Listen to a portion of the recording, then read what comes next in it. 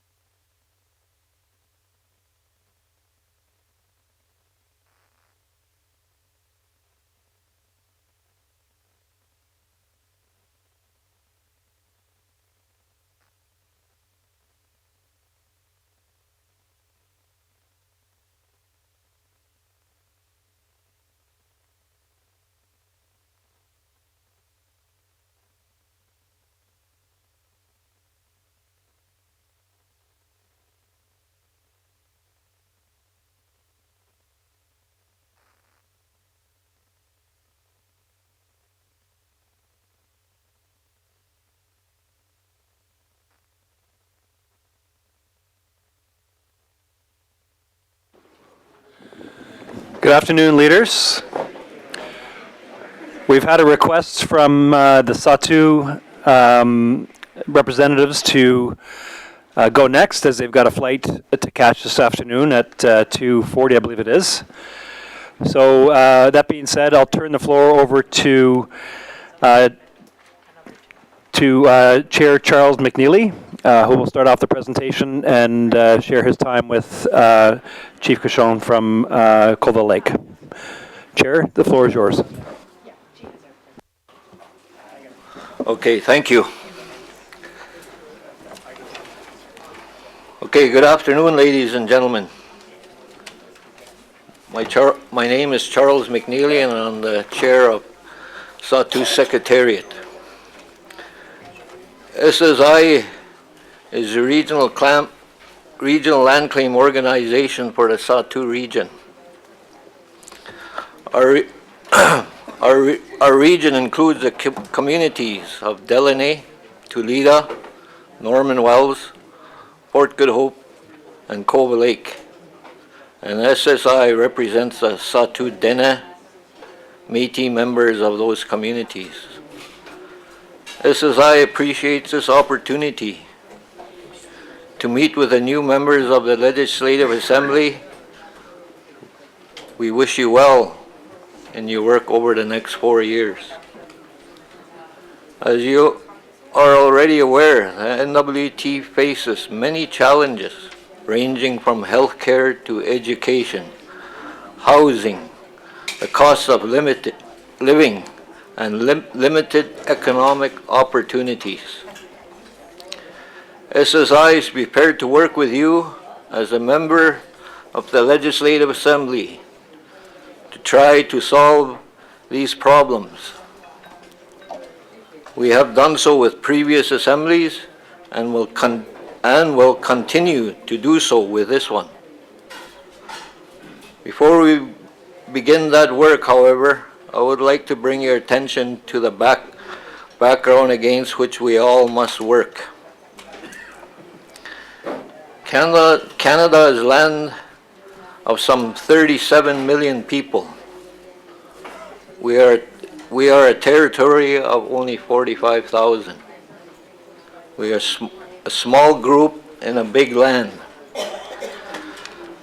If we are to solve our problems, we must do it by working together, and we can only do that if we recognize and respect the roles and responsibility and rights of each other.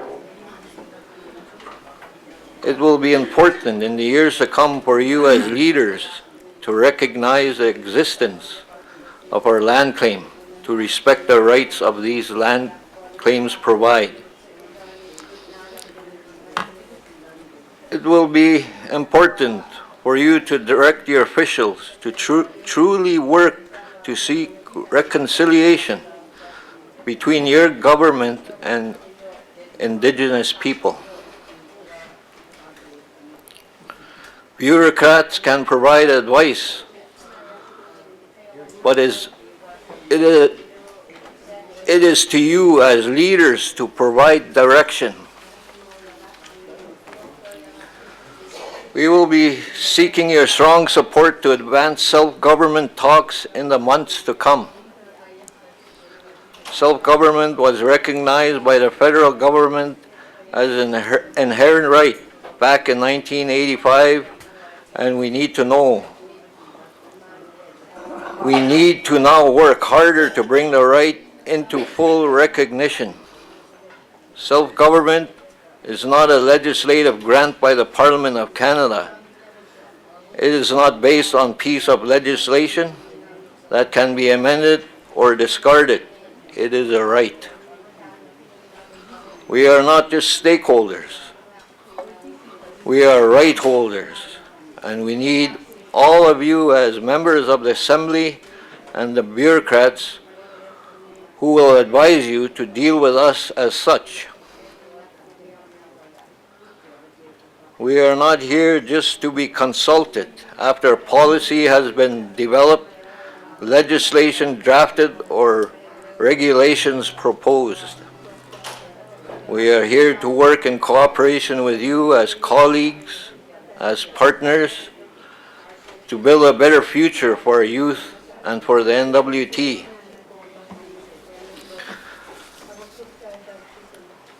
I just want to take this time to thank you for your time this afternoon,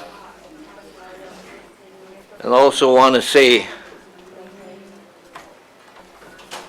that as a land claim organization, we want to work hard with all members of the Legislative Assembly for our youth.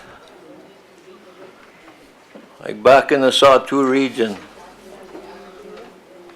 we support our youth. We invite them to our meetings. Our youth are the ones that are going to be sitting at this table. So I think if we work hard together, we can bring prosperity to the north, to our communities. Like our education's lacking, housing's in need. In Good Hope,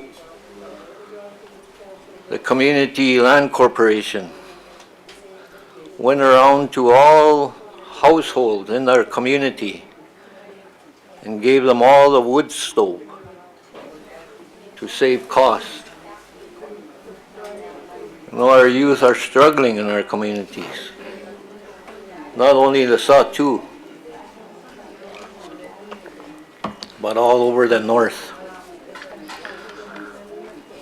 We're all parents, grandfathers, grandmothers. We all want to we all want the best for our children. You know, education is real important now for our youth of the north. Housing. You got young families starting up in our communities, and they're living with their parents. There's no housing available.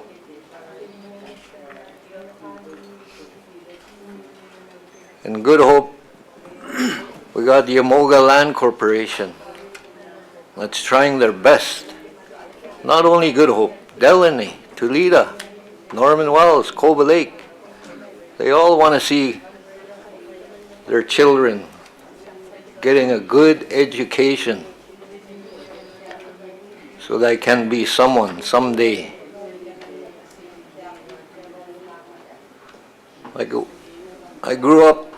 While I was growing up, I grew up as a hunter and a trapper. I made my living off the land. Fur prices were good them days. You made a good living.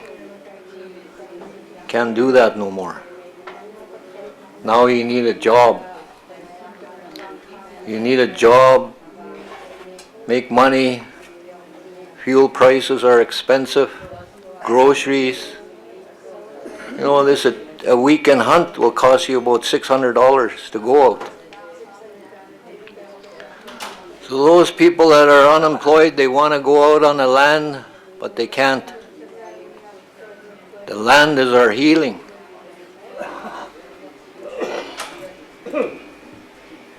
The land brings you food, clothing, heat. We teach our youth to respect it. If we work together with the members of the Legislative Assembly, I think we can achieve part of our goals for our youth, where they can be stars shining in the sky. And we can all be proud. Every one of us are on the table today, proud that we contributed to those children shining. With that, I want to close and thank you for listening. I'll leave the rest to my colleague, Chief Wilbert Kashon. Thank you.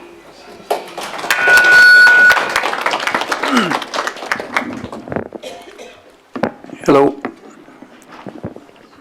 I speak my language real well, but since I don't have much time, so Sirganazo Secretariat Ingo Tekili Cho Sirayan Masi Cho that way Masarakudis. Some others before I get into the presentation, there's some stuff in the that's I was involved in our region is like the road last year, winter road belted a month ahead of time. There was over 50 trucks stuck on that road, some of them over 12 hours. And instead of looking at highway right away, they should look at some of the repairs like that, where it would accommodate us. That one hill on a winter road, I wouldn't mind that they can tackle it and fix it. But I think that one person that stayed there over 12 hours just to help people get up the hill, even though it was after these hours, I always thank that person for that. His name is Mickey from Simpson, and I really thank him for what he did. Never left us stuck there. And over 50 trucks he pulled up. And it's way over his hours. Those kind of people you really need to thank them for that. There's some people in government that are good, that want to move ahead. But there's some that are stuck in policy. They don't want to move ahead. They want to stick within where they're comfortable and hold up progress. And I work with ministers, premiers, and prime minister and all that, and everybody sounds good and make a lot of good friends, but every 4 years it ends and have to restart again. Just back up from the mic. What's that? Back up from the mic. Okay, too close. And a lot of good friends made. A lot of good work relationship, and but this one is really exciting, and my this tingling in my head. I don't know why, but I haven't felt that for a long time. When you're in leadership for a long time, when you're a young leader, you want to do something, but you have to relax. That's how I used to be. You get frustrated and get mad, but no, relax. I know you're young, you want to do, I can do things, there's a lot of energy. And once you get into the work, you can realize there is a lot of work to be done. And to work with chiefs and grand chiefs, presidents, and I've worked with a lot of them, but just to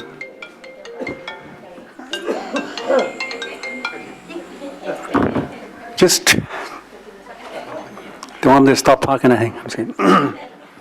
But just to let you young leaders, all the new MLAs elected, I'm proud of you for your running, put your name forward. I got 2 staffs. I got the one with SDC and one with our band. Everybody in my staff is all women. Because we had men before, but they got stroke because we gave them too much work. So we had to hire women, and they're doing a lot better way, really good and strong. And there's nothing against men or anything, but it's just the way they do work for us. And we've gone a long ways, and exciting to see this new legislative assembly, and some that were there before. I congratulate you, and for putting your name forward. I thank you for that. Even the past leaders, we have to thank them for being there for us. And even though it's not, we don't always do the things that we're supposed to do together, but we still manage to work together. There's nothing personal. Remember that. Nothing personal in what you're doing now. But we're the ones that are going to live with what decisions are made in the future, and our kids. And so that's what I just want to throw that out. And the other thing that I forgot to bring out was, like Dene has a winter road, and they're looking for an alternate road to get around the river and trying to get earlier in winter road. Right now, winter road is 1 month ahead. Ice is melting faster. Climate has changed a lot. And they only get about once a month. Last year, a lot of them got surprised, so they have to leave a lot of their trucks here. And it's not their fault. Those things that you never foresee, and governments really have to start working with people or First Nations and really look at how climate can be worked on. And like First Nations, we adapt to things really fast. A lot of other people are not like that. We can adapt really fast. My elders have always said, whatever is coming, you have to learn to live with it and move forward with it. Let's get right into the presentation because I don't have very much time. The phone keep ringing. So,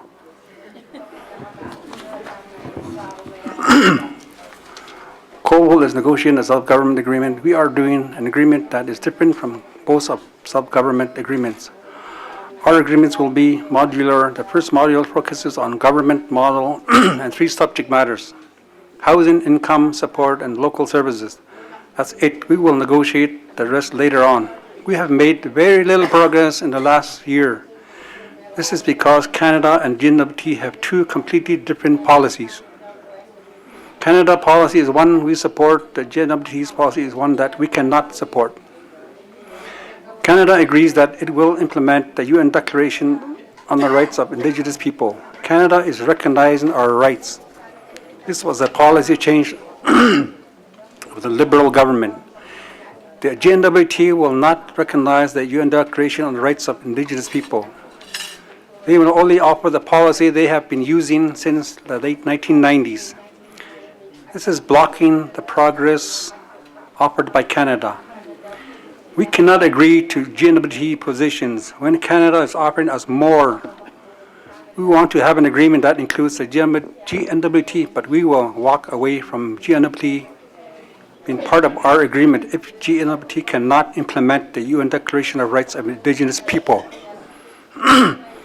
Under Canada's new self-government funding policy, a self-government agreement will bring millions of dollars a year to my community. The average income in Colville is $30,000 per year. Most of the year, there are no jobs. A self-government agreement will get our economy going. We only have 3 subject matters to negotiate with the GNWT along with the government model. It should not be this hard. We are frustrated. We cannot afford to wait any longer. All of you are elected because you were told the voters that you would get the GNWT economy going.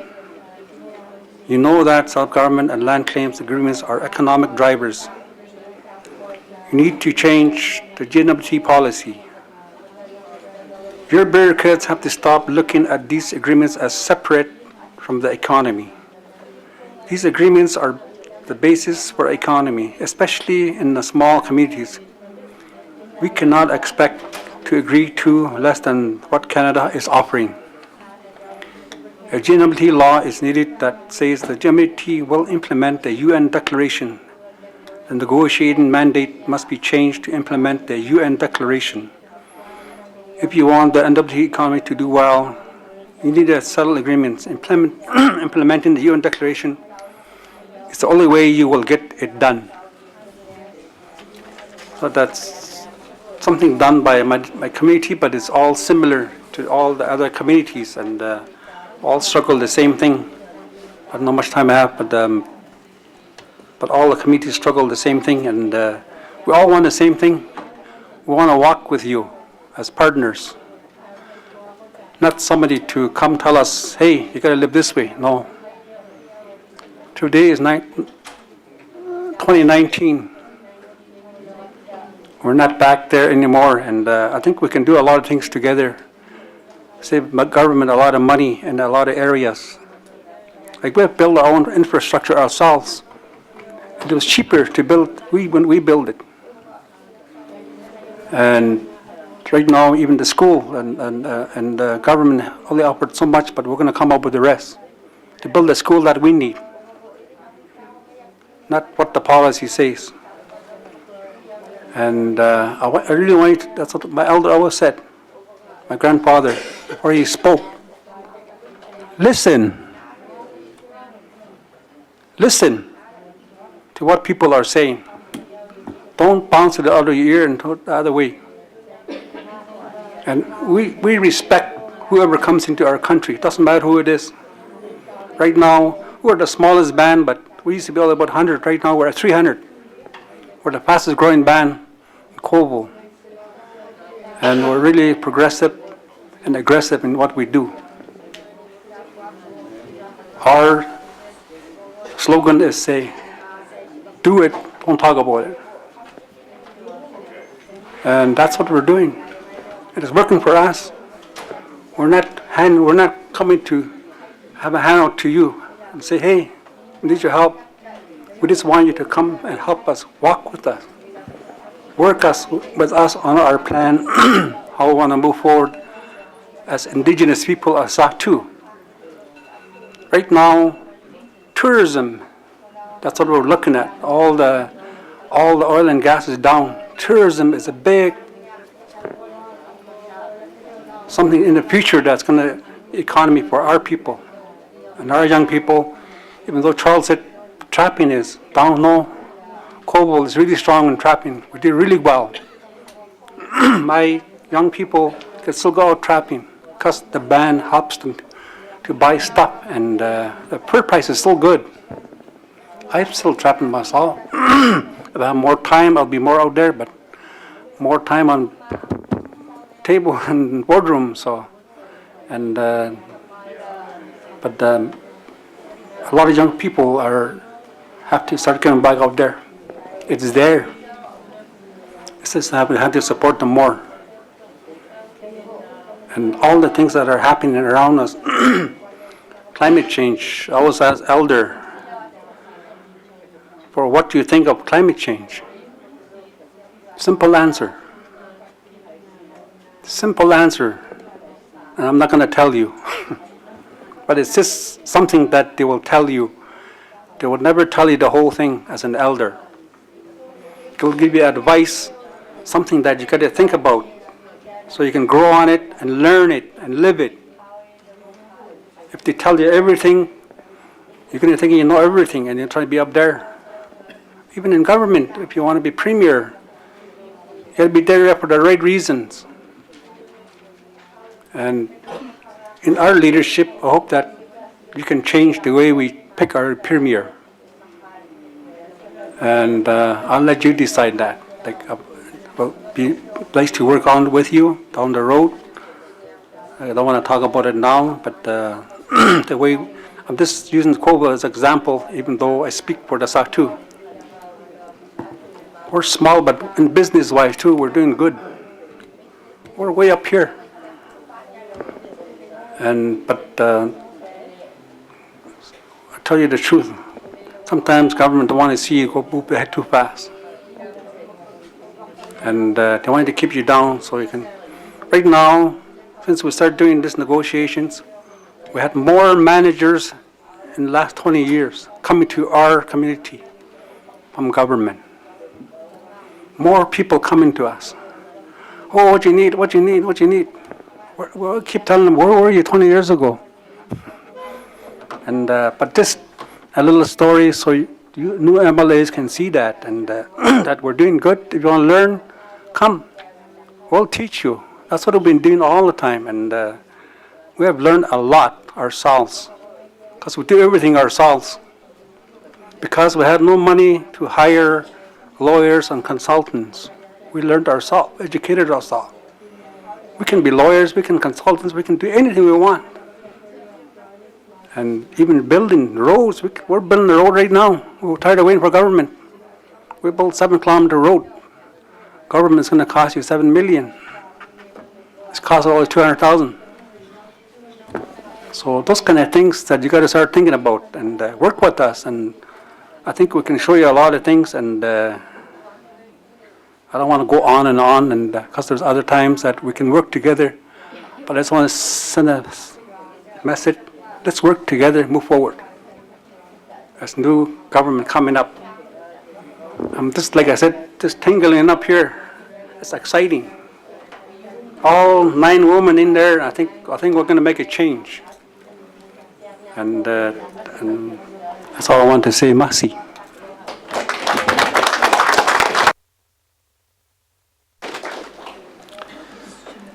Thank you, Chairman McNeely, Sahtu Secretariat Incorporated, and Chief Gwich'in, Sahtu Dene Council, for your presentation.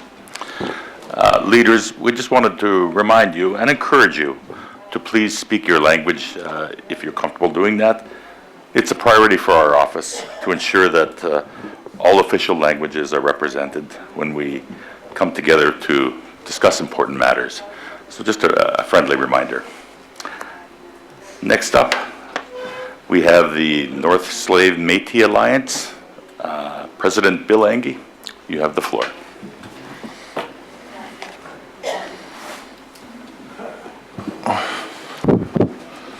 Great. Thank you, Mr. Chairman. At the outset of my presentation, as you can see, I have a PowerPoint presentation, and you can follow the bullets as we go along. I want to thank you all for attending this event. This event, as far as I know, is unprecedented in the history of the government of the Northwest Territories. We are at a precipice of a new day in the sense that we've got a new legislature, and at the beginning of the legislature there is a unique aspect of our government, and that is we don't have party politics in the North, therefore we don't have a platform to know what direction this government's going to take to serve our people. What we have here today is an opportunity to help shape that future and provide our MLAs with an idea what the Aboriginal people want to see done in the course of the next 4 years or so. And so with that in mind, I think that this unprecedented event bodes well for the future, and I would like to extend my appreciation to the thinkers that went behind this event, as it is new and it is unprecedented. Having said that, the North Slave Métis Alliance is the only Indigenous group in the Northwest Territories that has secured judicial recognition of its members' Common Law Section 35 Aboriginal rights. And why is that? What makes the North Slave Métis Alliance unique amongst all the Aboriginal people that are here? Well, let me tell you a couple things. First of all, every single Aboriginal person that is here is covered under the auspices of a settled claim or is in a claim-like process, all except for the North Slave Métis people. How did that happen? Well, the government of Canada decided they would negotiate land claims for the Métis on the south side of Great Slave Lake only. the Northwest Territories Métis Nation that used to be called the South Slave Métis Tribal Council represents the South Slave communities of Fort Smith, Hay River, and Fort Resolution. Yellowknife is not a part of that organization. Our members are separate and distinct from the NWT Métis Nation. But yet, we have no recognition by the Government of Canada, and to some extent, and to a great extent, by the Government of the Northwest Territories that seems to be following what the Government of Canada is doing to us. What are they doing to us? We call it oppression. Now, I want to look at the very first lawsuit the North Slave Métis Alliance had to do, and it was against the Government of the Northwest Territories. In 2010, the Government of the Northwest Territories, carrying out its Crown duty of monitoring wildlife in the Northwest Territories, in this case caribou, discovered that the Bathurst caribou herd had dwindled down to 33,000 head. It was in serious trouble. So the very first thing the Government of the Northwest Territories did was put a complete ban on the harvesting of that caribou herd. And then later they relented and decided to allow 300 harvesting cards for an Aboriginal-only harvest. They allocated 150 harvesting cards to the Kátł'odeeche First Nation and the Yellowknives Dene Nation, to the complete exclusion of the North Slave Métis people, leaving us without the ability to secure country food for our people. I'm sure all of you here as Aboriginal people would be indignant if the Government of Canada showed up on your doorstep and told you you can't harvest wildlife to help your families.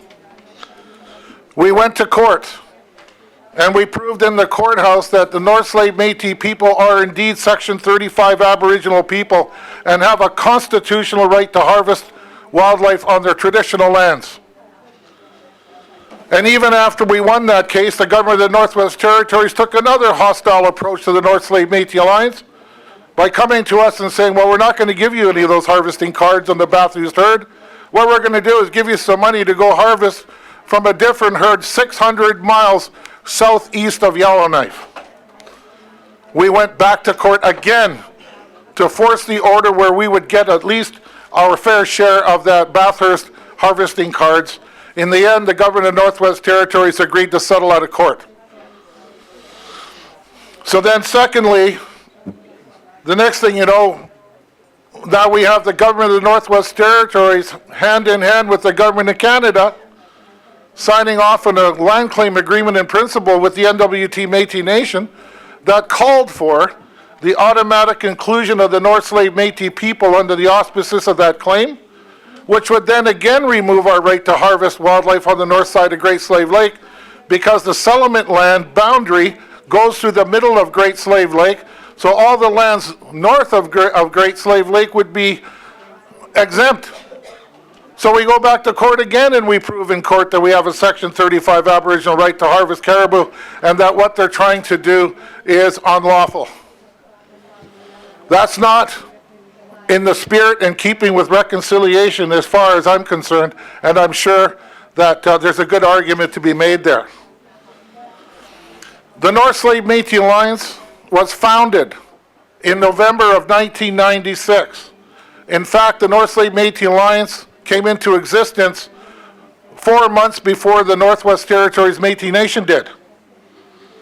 And the reason we founded the organization is to advocate for our members' Section 35 rights here on the Great Slave Lake, and do everything we can to get the Government of Canada, including the Government of Northwest Territories, help to get us to a land claim table. There's no question that the North Slave Métis Alliance members are a distinct constituency of the contemporary Métis collective of the Great Slave Lake area. And we aspire to exercise and protect our Section 35 rights for our people. And we are taking active steps to do so as per the lawsuits that we had to file against the Government of the Northwest Territories. Next. After the North Slave Métis Alliance won its last lawsuit in the Federal Court of Canada, shortly thereafter, on February 27th, 2018, we filed a a statement of claim for a comprehensive lands, resources, and self-government agreement with the Government of Canada. Thus far, the Government of Canada has stonewalled the North Slave Métis Alliance. And in the time that we filed this, our statement of claim for a land claim, we haven't had any support from the governments of Northwest Territories to help persuade the Government of Canada to do the right thing and provide the North Slave Métis people with some kind of a land claim that we have a right to have, just like all of you guys have. So what we're seeking now is a change in the approach of this government. Instead of being an inhibitor against the North Slave Métis people's aspirations, we're looking for the GNWT to help us get to a land claim and support us. And I'm going to show you that something that happened in 2017 that points to what I'm talking about right now. In 2017, the government of the Northwest Territories received a report by a very well-respected Aboriginal law lawyer, Tom Isaac. He submitted a report called The Path to Reconciliation to both the government of the Northwest Territories and the government of Canada, to the Minister, Carolyn Bennett, and to Premier Bob McLeod. Now, I've provided all of the new MLAs with a copy of that report, and it is a blueprint for how to get land claims done in the Southeast Northwest Territories that remain bottlenecked. Now,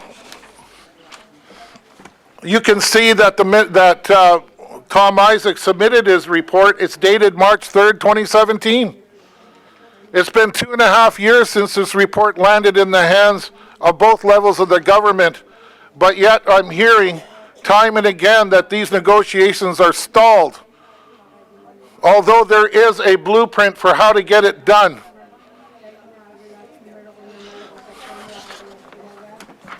Now, Mr. Isaac did a comprehensive view of what the Aboriginal groups are doing, the ones that he was assigned to look at. And you can look through and read this report. I think it's an excellent report, and I think it should be seriously considered by this new group of newly elected MLAs. But in this case, what I want to draw attention to is specific to the North Slave Métis Alliance. It's recommendation number 5 that's up on the board, and it's in front of you on this PowerPoint slide I gave to you guys. But what he says, what happened with the NWT Métis Nation Land Claim Agreement in principle, he said, hey, the eligibility clause of that claim is too broad. It needs to be changed.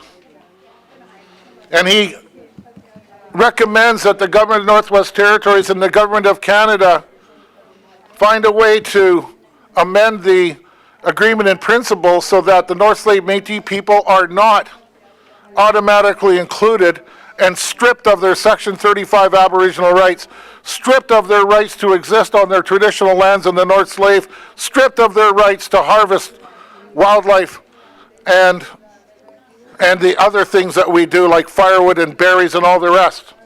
Fishing, the whole works. I'm asking the MLAs again to take a serious look at these recommendations and implement them and help us get to the land claim table and include us as part of the fabric of this territory. We have a right to be standing in lockstep with all of the Aboriginal leaders that are here today. Our Aboriginal rights have been established in law, and what else do we have to do to prove that we are from this land? I ask that. Now, you can see that I put up a letter that we received. It was a letter in December 18th, 2018, a year ago, to December 19th, very kindly provided to us by President Gary Bailey, who's sitting down here. And he says in there, we confirm the membership criteria of the Northwest Territories Métis Nation is separate from the membership criteria of the North Slave Métis Alliance. We also confirm that a member of the NSMA cannot at the same time be a member of the Northwest Territories Métis Nation. That should satisfy any notion that the government of the Northwest Territories has that the NSMA members are members of the NWT Métis Nation, and that the NWT Métis Nation has a representation mandate on the north side of Great Slave Lake in Yellowknife. They do not, and they agree to that. And that's a help for them too, to get their land claim moving. Next one. So what do we need the government of the Northwest Territories to do? We need the government of the Northwest Territories to formally support the North Slave Métis Alliance in the exclusion of its members from the Northwest Territories Métis Nation lands, resources, and self-government agreement, which may overlap with the North Slave Métis Alliance's traditional territory. We can't say for sure where the boundary is anymore because the NWT Métis Nation is negotiating their final agreement. But based on the agreement in principle, it does not, the boundary line for their claim does not go into the north side of Great Slave Lake. Next one.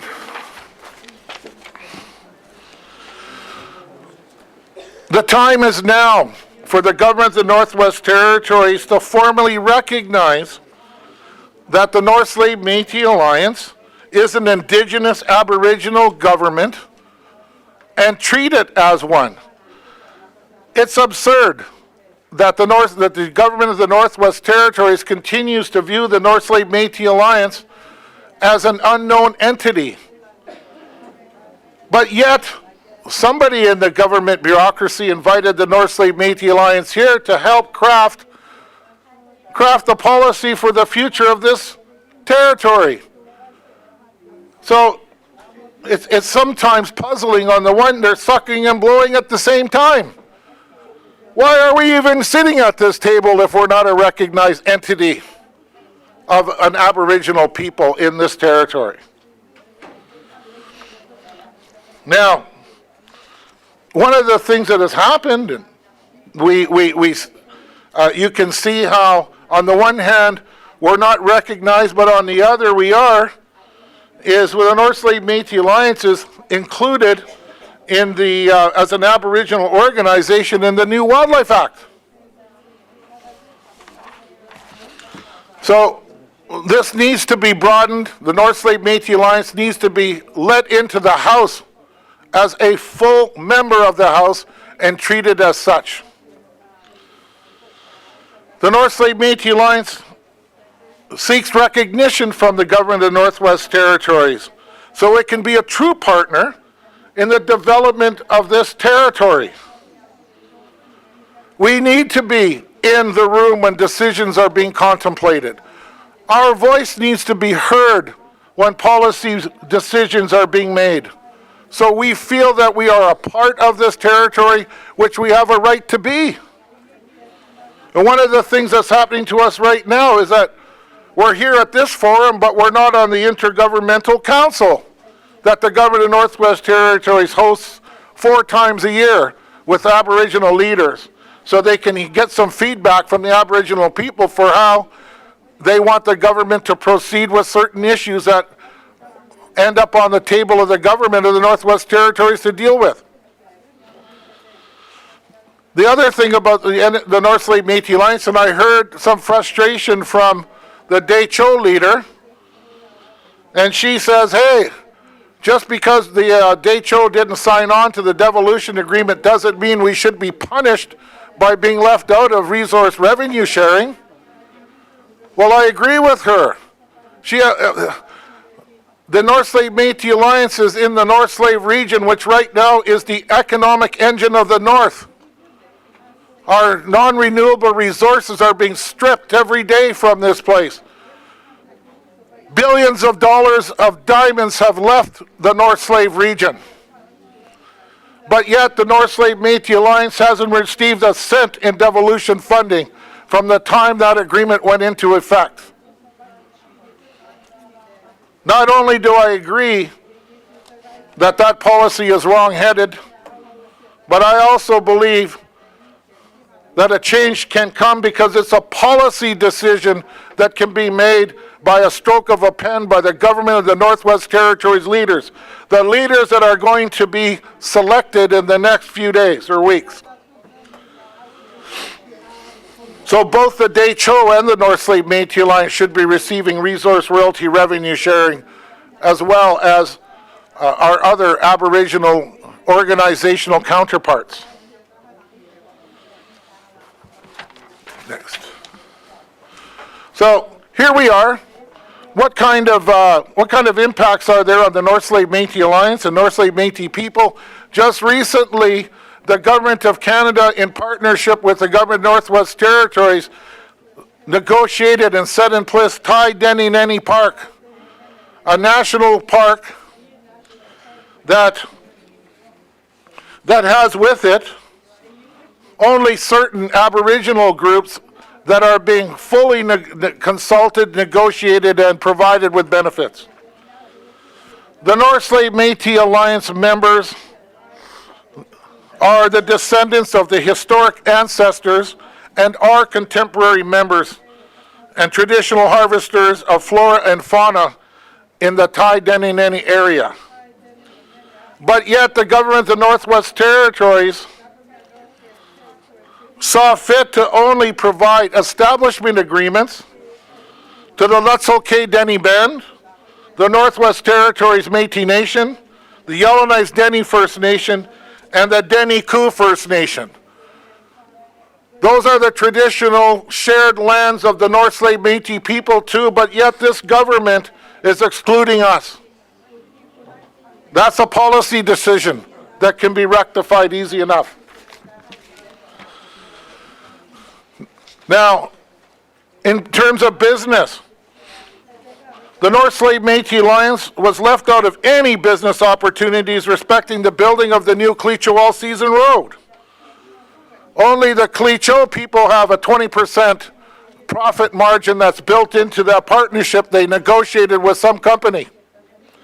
We weren't even invited or even talked to by a government of the Northwest Territories bureaucrat to see if we should be a part of that group and get some kind of benefit from developments going on our traditional lands.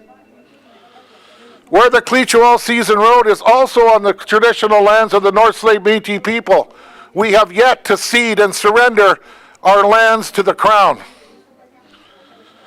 And that also applies in the context of that new hospital that just got built here in Yellowknife, $300 million hospital, and the North Slave Métis Alliance never received one single economic opportunity to come out of that biggest construction project that the North has seen in many years.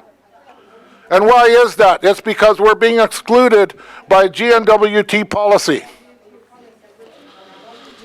The NSMA is asking the new leadership of this government to include the North Slave Métis Alliance when it's looking to provide economic opportunities to Aboriginal groups when they're doing something on their traditional lands. It's patently unfair. I heard the same thing from the IRC chairman today, an RCMP building, $60 million, and he's frustrated.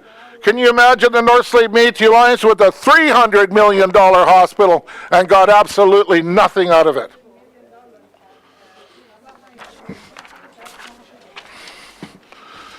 Lastly, and I heard this universally amongst all the Aboriginal leaders to hear, and the North Slave Métis Alliance wants to lend its voice to this too.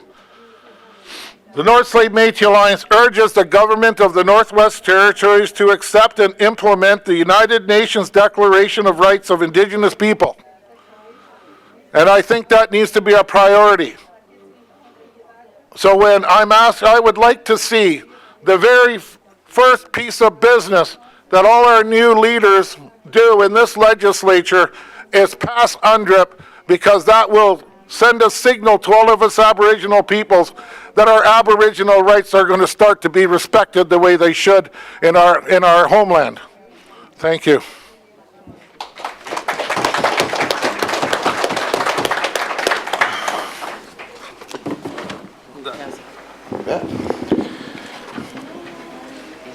Thank you, President Engie. Next, we have the Northwest Territories Association of Communities, and I'll turn the floor over to Mayor Lynn Napier of Fort Smith. Your Worship.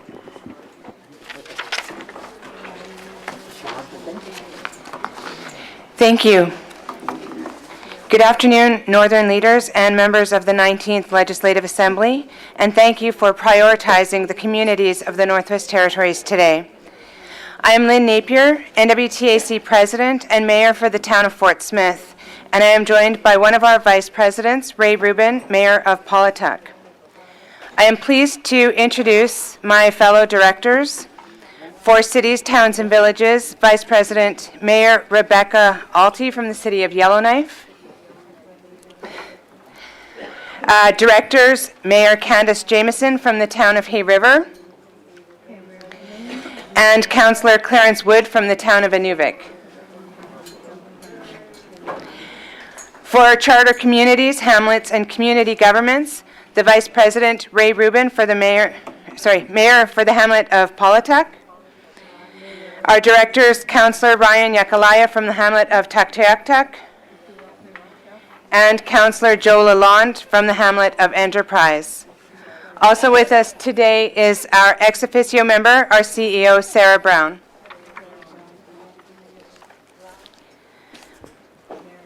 I would like to congratulate all MLAs on their election. To the returning MLAs, thank you for putting your names forward for your time in the 18th Legislative Assembly. I would also like to thank the new MLAs for putting their names forward and to congratulate you. As an Indigenous woman, I would also like to recognize the number of both Indigenous MLAs and the number of female MLAs as we move closer to MLAs that are representative of our population. We have near gender parity at the municipal level and are excited at the numbers of women, not only who were elected, but the numbers of women who put their names forward. With a female senator and commissioner, our next step is gender parity in Parliament. We hope that all of you have had a chance to read the NWTAC platform priorities, and I would like to emphasize the importance of all of us working together in the spirit of collaboration. The NWTAC is grateful for the active support of all 33 of our member communities. We are very proud of the individual community members who have spoken out on behalf of their communities and raised their voices. We know that communities are a priority for MLAs, and we very much look forward to working with you in the interests of our NWT residents. To give you a brief background on the NWTAC, we were formed in 1966 when 4 communities came together to create an association that would represent the interests of the NWT's community governments. We now comprise all 33 communities in the territory, passing democratically adopted resolutions at our annual general meeting. Next year, we will celebrate our 54th anniversary in February at the AGM and hope to welcome all of you at that event in Inuvik. The NWC has a broad scope of functions. The NWC regularly advocates across a number of issues in the interests of NWT communities. This includes many of the issues that we are going to discuss today. The Northern Communities Insurance Program is nationally recognized for its innovation and is owned by member communities of the NWTAC. The purchasing program offers major discounts on supplies needed for running a community government and is through an agreement with the rural municipalities of Alberta. NWTAC members have access to expert legal, HR, and governance advice. Each year, community representatives gather at the NWTAC AGM and pass resolutions on issues that matter to them. We advocate for action on these resolutions to the GNWT and to other influencers. As you saw in our territorial platform document, which is also included in your binder, our primary areas include the funding gap, homelessness, mental health and addictions, lands, preparing for climate change, and education reform. I'd like to discuss one of our highest priorities, the funding gap. You agree that our communities are important. The 33 communities in the NWT are where we live, work, connect with friends, and raise our families. We experience a sense of belonging and culture through connection with our communities. We enjoy programs and services delivered by community governments, and we depend on these services in our daily lives. Community government services are so common in our everyday lives that we often take them for granted. Having access to safe, clean drinking water, relying on roads and buildings to be accessible, and enjoying recreation programs are all managed by community governments. In 2014 and 2015, MACA and the NWTAC partnered to conduct a community funding review, the first time community funding had been examined since 2007. This process, which was done through multiple stakeholder consultations, and the results of which are available on the NWTAC website, clarified what had previously been merely anecdotal. Communities simply do not receive sufficient funding to carry out their responsibilities. On March 2, 2015, the Minister acknowledged this process and its findings during an address at the Legislative Assembly, saying that communities have been patient and that work is complete. The next part of it is to find the money. Here we are in 2019, and although we have seen some inroads, it has essentially been inflation and approximately 5%. It is important that communities receive adequate funding, not only to deliver essential services and programs that keep people healthy and safe, but they need to be able to maintain their assets, make prudent spending choices, and be prepared for unexpected challenges and expenses. We want our NWT communities to be safe, attractive places to live, and this means being able to make prudent spending choices, which will be more economical in the long run. Especially for remote communities, having to complete urgent emergency repairs is much more expensive than preventative spending.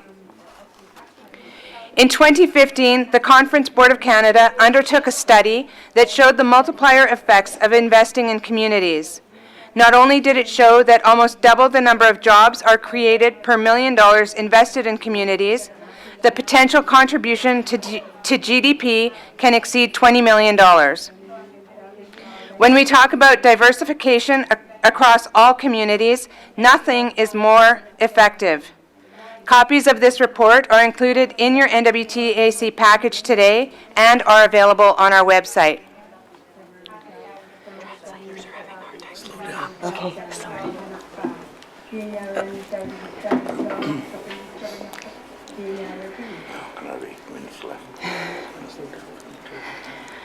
While we have long advocated for homeless participation in all elections, this is a new area for NWTAC, with exception of housing in our federal platform. We look forward to working with the various lead departments on this file. Perhaps together we can make a difference.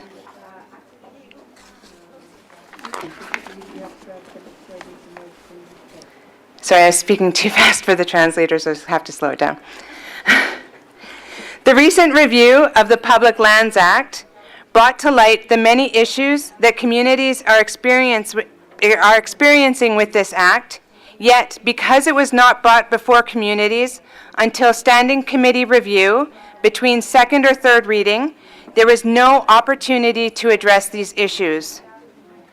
We will be setting up meetings with the department to find other avenues to address these and other outstanding issues.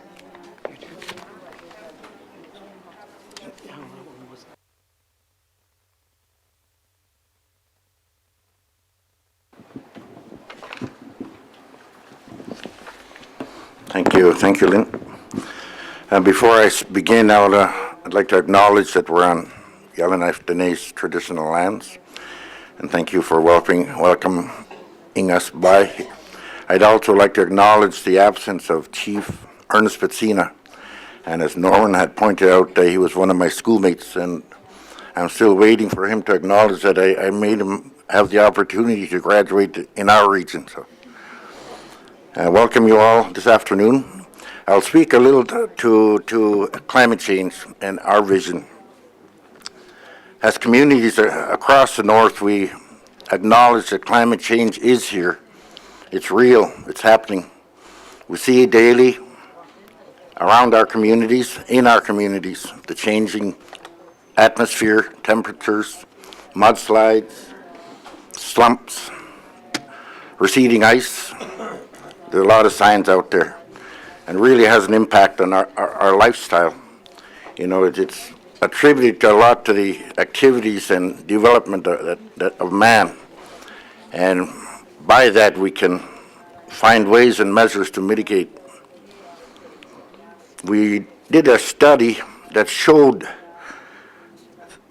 that permafrost was decay on our buildings and infrastructure was at approximately 1.3 billion, or 51 million a year over about 12-year period. And you heard about the funding gap. Of course, it's ongoing. The study they did recognize that we were approximately $40 million underfunded for our programs and services. And we know that at both levels, the community and the government level, we're unable to absorb the extra costs. We need to work together, continue to work together to find ways to mitigate the impacts of climate change. We're lobbying the federal government as one voice, and she mentioned that our AGM is coming up in February, and I look forward to meeting with the then appointed ministers, where we'll be able to directly engage with them in all our issues, including climate change. Now, I thought I had about 3 minutes, and she said that I had about 10, so I'll pass along a story that shows the impacts of climate change. We have an elder whose life was out on the land, and he's still with us today. But on the sea ice, the way it's melting now is not the same as it ever was before. Not only is it melting earlier, but in different ways. One summer in late June, middle to late June, our ice was gone. That was unprecedented. We haven't seen our ice disappear that early before. So much so that on one of his trips, actually 2 trips, that he sunk two skidoos going on a trail that he always used. I know of that story because his younger brother told me that he'd approached him to borrow his skidoo, but he told him he sunk 2. And his brother told him, nope, you're not sinking mine. But it just shows the impacts and the change that permafrost is causing all across. I heard some points made earlier of some of the impacts. You know, now I'm involved also with a couple of organizations that deal directly with the wildlife and our environment around us. And in one case, in our park, Kátł'odeeche Park, we've been doing some research and mapping our fauna.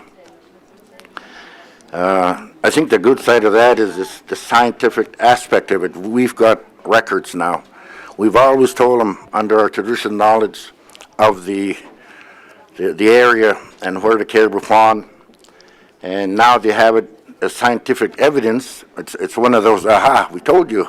And now they have it on maps showing in detail what we've always told them of where the caribou fawn.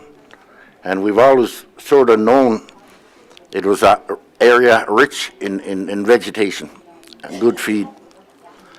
So, I mean, that alone again is another sign. The caribou at one time used to go up in our area before the geese came.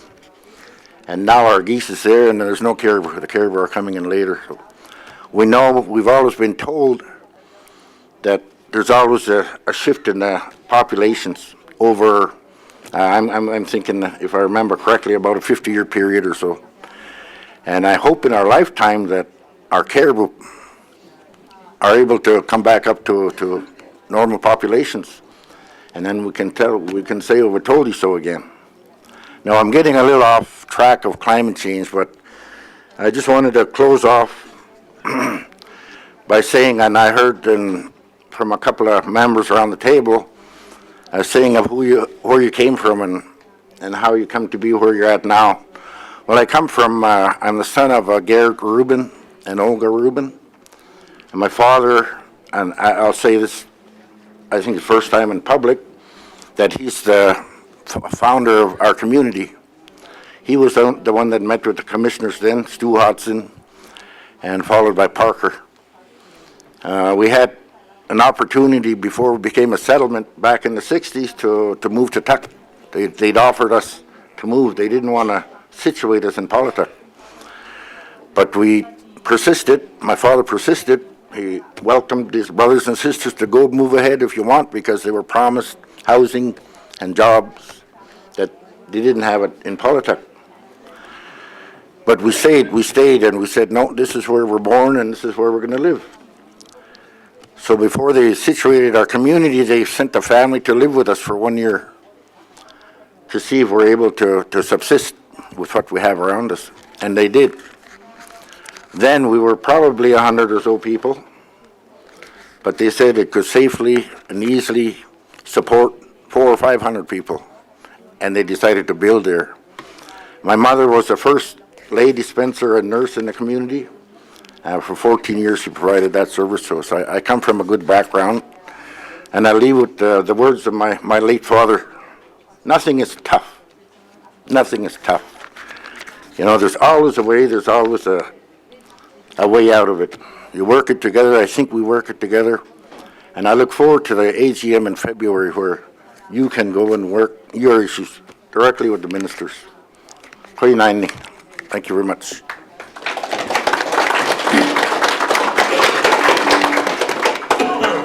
Climate change is one of the areas of overlap with the federal platform. We have been working on this issue for 12 years now. We need to continue to work together on this file, and we are partners in the Climate Change Forum and Charette. In looking at just one risk, NWTAC did a study which showed that the cost of permafrost decay on public infrastructure. Our findings showed costs in the order of $1.3 billion or $51 million per year.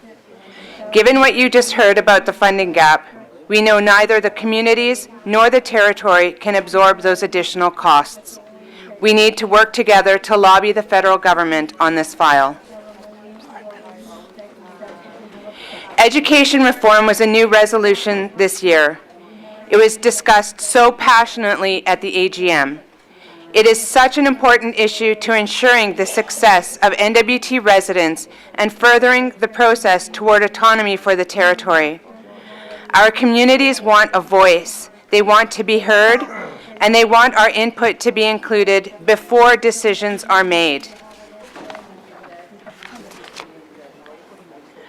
Our federal platform is also included in your package.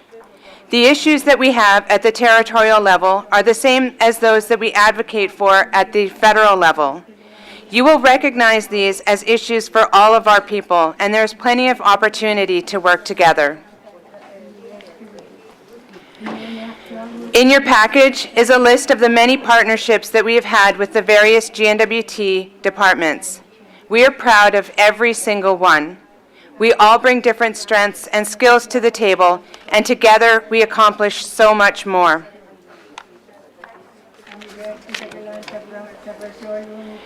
Every year, we review and add to our list of resolutions. The list is getting very long, and we are not making much progress. We need your help.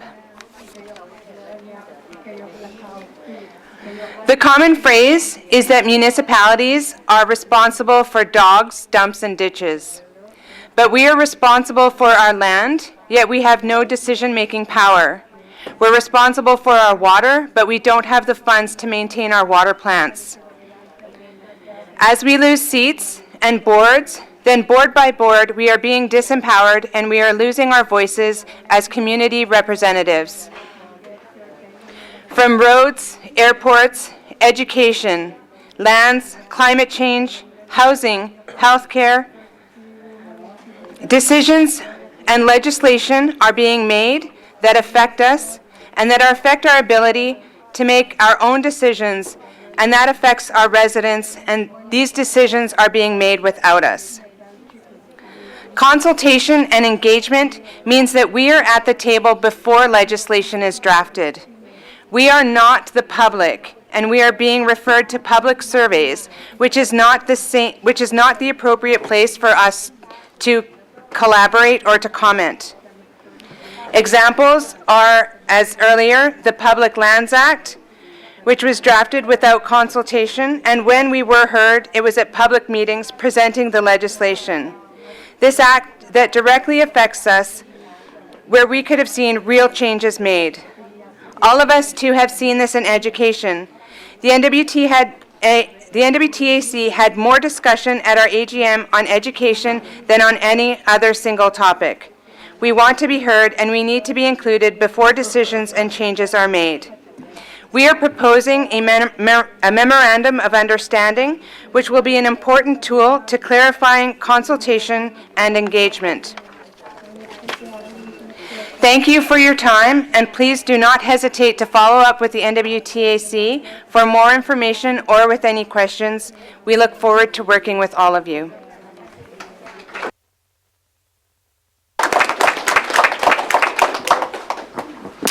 Thank you, Mayor Napier and Mayor Rubin. Our next presenter is the Northwest Territory Métis Nation, President Gary Bailey.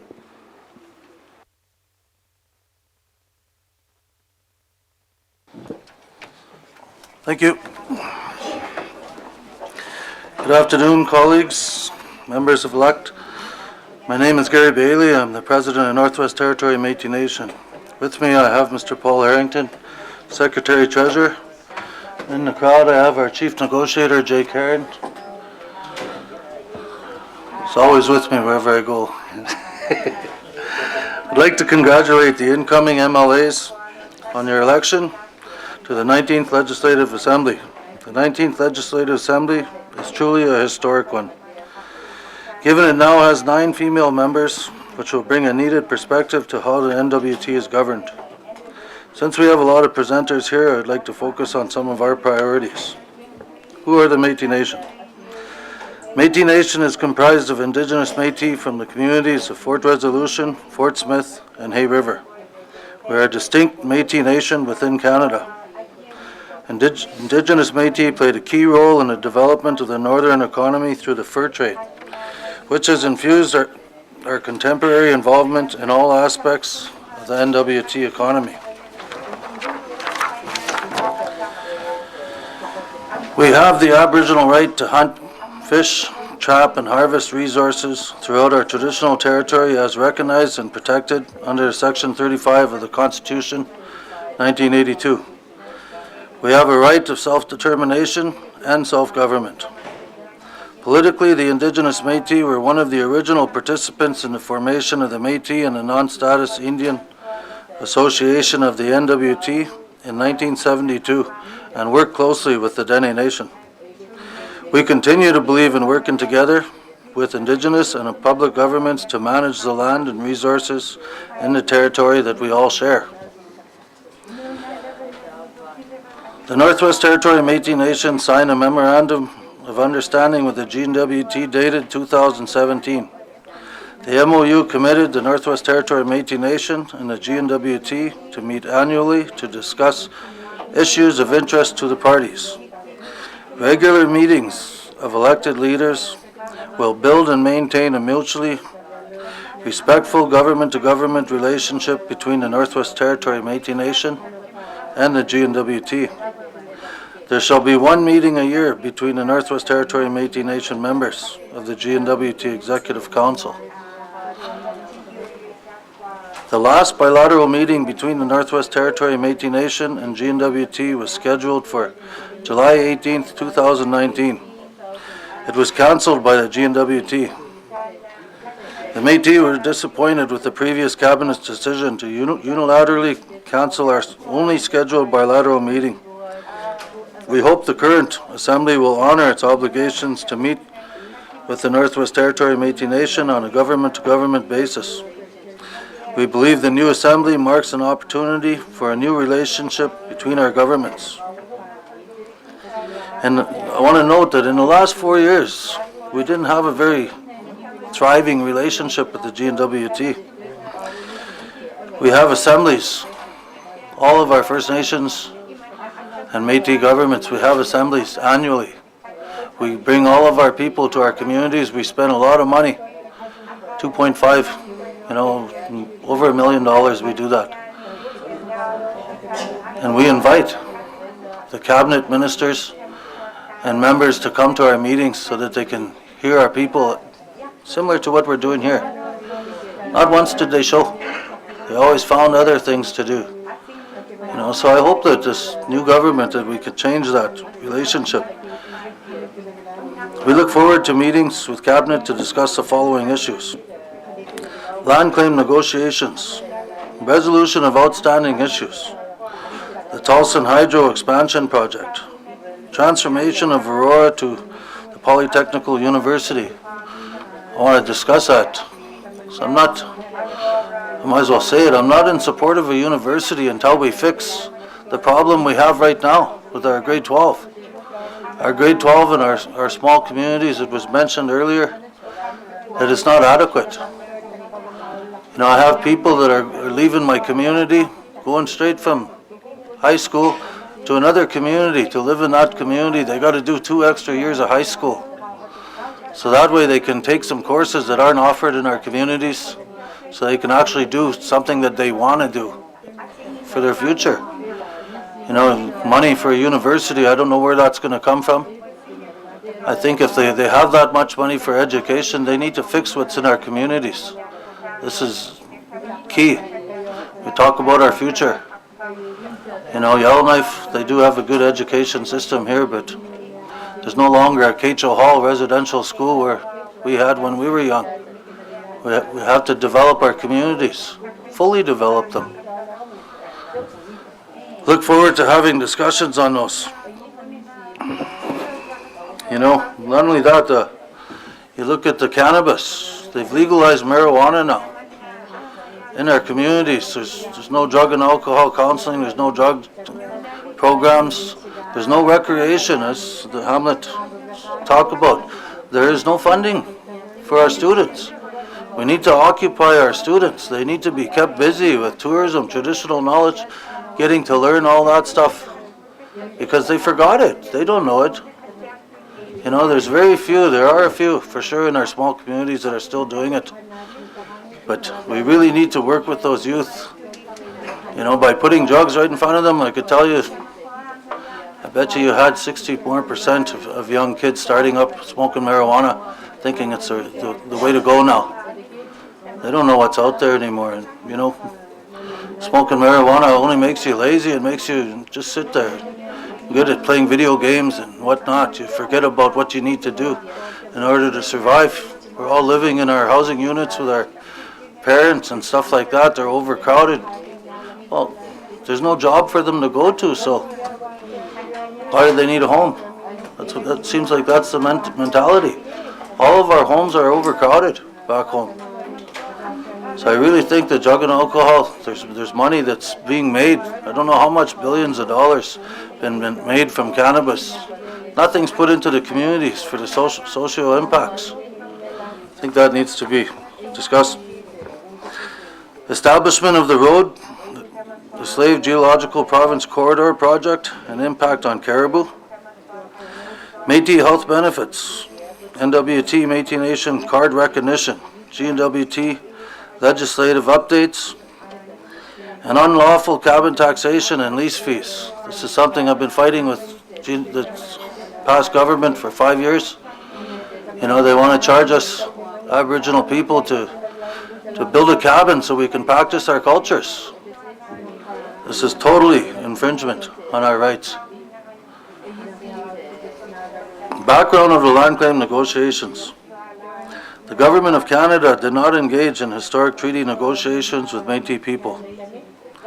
The exclusion of Métis people from the negotiation of Treaty 8 and 11 created division between First Nation and Métis people.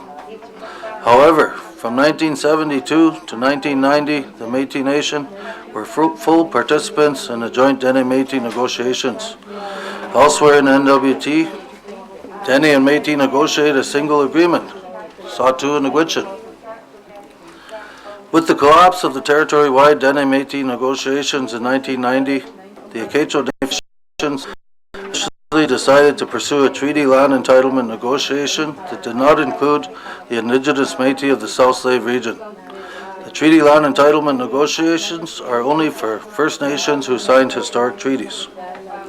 The Métis land claim agreement negotiations commenced with the signing of the framework agreement between Northwest Territory Métis Nation, Canada, and the GNWT in 1996, which set the stage for the negotiation of a land claim agreement. The failed 1990 Dene-Métis agreement formed the basis for the Northwest Territory Métis Nation Land and Resource Agreement in Principle negotiations. The agreement in principle on July 31st, 2015, the Métis Nation, Canada, and the GNWT signed the Métis Nation Land and Resource Agreement in Principle. The agreement in principle sets out substantive basis for the negotiations of the Northwest Territory Métis Nation Land Claim Agreement/Treaty and includes the following: continuation of Métis traditional wildlife, fish, plant, and tree harvesting practices, including gifting and trading. Just want to comment on Mr. Ingie's comment he made earlier where we're taking his rights away from the North Slave Métis. Even though our people are from Fort Resolution, Fort Smith, and Hay River, that doesn't mean that's the only place we've ever harvested. I come from the Beaulieu family. Francois Beaulieu was the patriarch for the Northwest Territories for the fur trade. I have cousins in this room all over the place. He used to winter in Great Bear Lake, stay there for a year at a time. So we have harvesting rights throughout the whole Northwest Territories. And that's always been our position as Métis people. They may have a line that's, settlement area. To me, that's for our economics and stuff like that and our land base. However, harvesting, all of you people were probably related somewhere. You're all free to come to our territory and harvest anytime you want. You ask us, anytime. And we ask that in return. We respect each other, we share the lands, as we've always done. So Métis land ownership, which will include land in communities as well as rural land. Capital transfer and resource revenue sharing. Consultation for oil and gas exploration and mineral exploration and development. Requirement for the negotiation of impact and benefit agreements. Commencement of self-government and co-management negotiations. Involvement with management of heritage resources, protected areas, and parks. As I mentioned, harvesting area that Métis maintain that harvesting outside of our agreement area is still a fundamental issue, as the Northwest Territory Métis Nation will not give up harvesting rights within the Métis Nation traditional territory outside of the proposed agreement area. Unlawful cabin taxation. Cabins owned by the Métis members under traditional use leases have recently been assessed for property taxation by the Department of Finance. GNWT is charging our Indigenous Métis members $840 per annum for a traditional use cabin. Métis members possess a recognized Aboriginal right to hunt, fish, trap, and harvest plants and trees in the Northwest Territory Métis Nation traditional territory. The right to construct or occupy a structure on public land is incidental to the exercise of the Aboriginal rights. The imposition of the property taxation and lease fees on traditional use cabins constitutes an infringement. Due to the effect it has on the terms of conflicting with the recognized Aboriginal right, there is no valid justification for infringing the Aboriginal rights by imposing property taxation and lease fees. Devolution and the government-to-government relationship. The Métis Nation is a party to the devolution final agreement. Those are the things you're talking about the issues. Those are the things you're talking about the issues. What is the plan? Those are the issues you're talking about. You're just talking about it. So we're going to deal with that. Yapping. Make an effort, please. Métis Nation is a party to the devolution final agreement, Make an effort. and we did so in good faith with the expectations that the GNWT would change the way it does business. I'm sorry. With Indigenous governments, one developing and implementing policy and legislation on lands and resource management. Talk about it, but make a The following two agreements with GNWT address positive commitments that flow from devolution. The Intergovernmental Agreement, IGA, and resource royalty sharing. Even though some of you are new to the government, I'm sure that you understand the importance of devolution agreement and its role in fostering a government-to-government relationship. The ongoing government-to-government relationship with Indigenous governments must be one of the key activities of this Legislative Assembly. It is the foundation of our relationship and central to unlocking the potential to develop our diverse economy in the Northwest Territories. The IGA provides for the Northwest Territory Métis Nation to participate in the Intergovernmental Council meetings.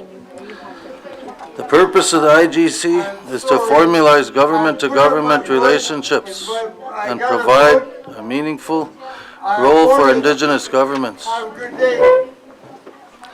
and a cooperative and coordinated management system for lands, resources, and rights in respect of waters in the Northwest Territories.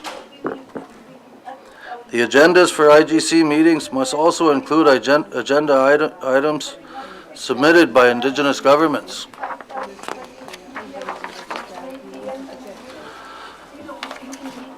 I mention that because, you know, the last IGC, I actually walked out of the meeting.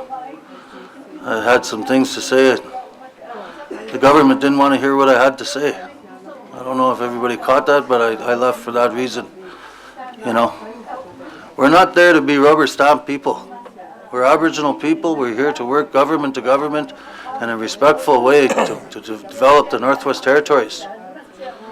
And it seemed that in those all beautiful words, they give you good commitments. But when we bring our issues, they don't want to hear you. They had their agenda, they had their time limits. You got so long to speak and say your piece, and if you're not done, well, it's too bad. And they always get the last word, you know? That's how it was. So the last one, I walked out. It wasn't the way I want to have our relationship. It has to be respectful for all of us, you know? So legislative development. The duties of the IGC include co-developing legislation. Northwest Territory Métis Nation technical representatives participated in the GNWT technical working group process to develop the bills. The IGC reflects the promise that the NWT devolution would foster government-to-government relationships and co-development of legislation on land and resource management. It is important that the GNWT honor these commitments throughout the legislative development process.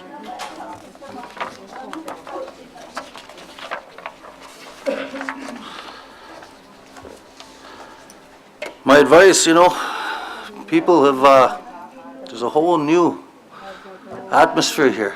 Lots of new people with the Legislative Assembly. There's a reason for that, you know. People seen what the last government did. They didn't listen.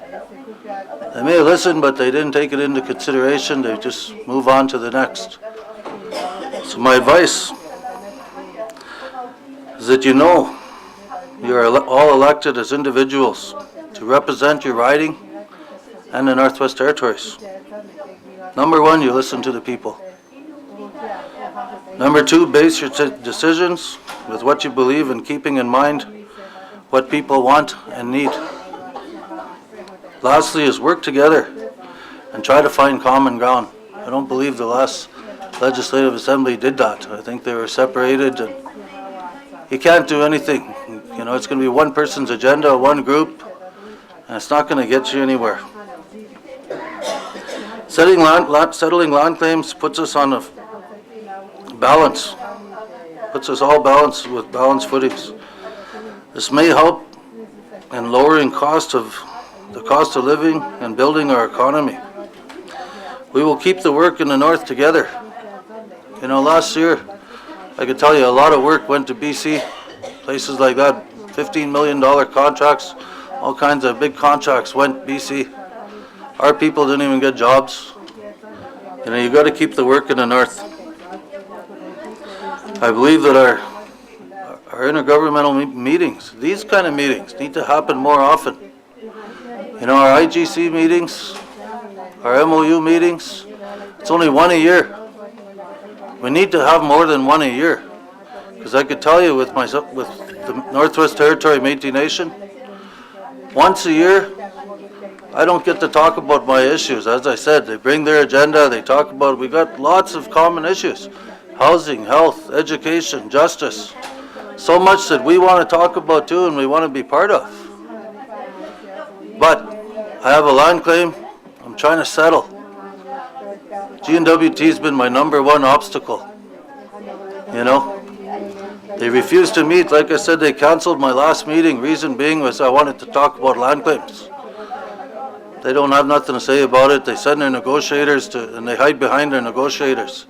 Negotiators come there, they have no mandate to deal with what we want. This is our land. We're the one that are selling our land. We welcome you into it, we're going to share it, and we're giving you all the resources, the billions of dollars that's leaving our territory to manage programs and stuff. We're doing that together, we're making it. However, our price, if I want to sell you a car, I'm going to tell you what I want for it. You don't come to me and say, oh, this is what you're getting, take it or leave it. That's the way it's been. Federal government has done that. GNWT learned from that. Liberal government came back, they changed their perspective quite a bit. Not to exactly where I want it yet, but they're listening. Which is more than I can say it's been happening with other groups. They say, oh, we're going to wait for other groups to settle. That's never been the case. We have issues, we need to be at the table, so we need to be able to have 2 meetings at least. One meeting so we could just talk about Métis issues, land claims, or First Nations implementing your treaties. Should have that. And a separate meeting to talk about programs, health, education, and so on. You know, there's so much more.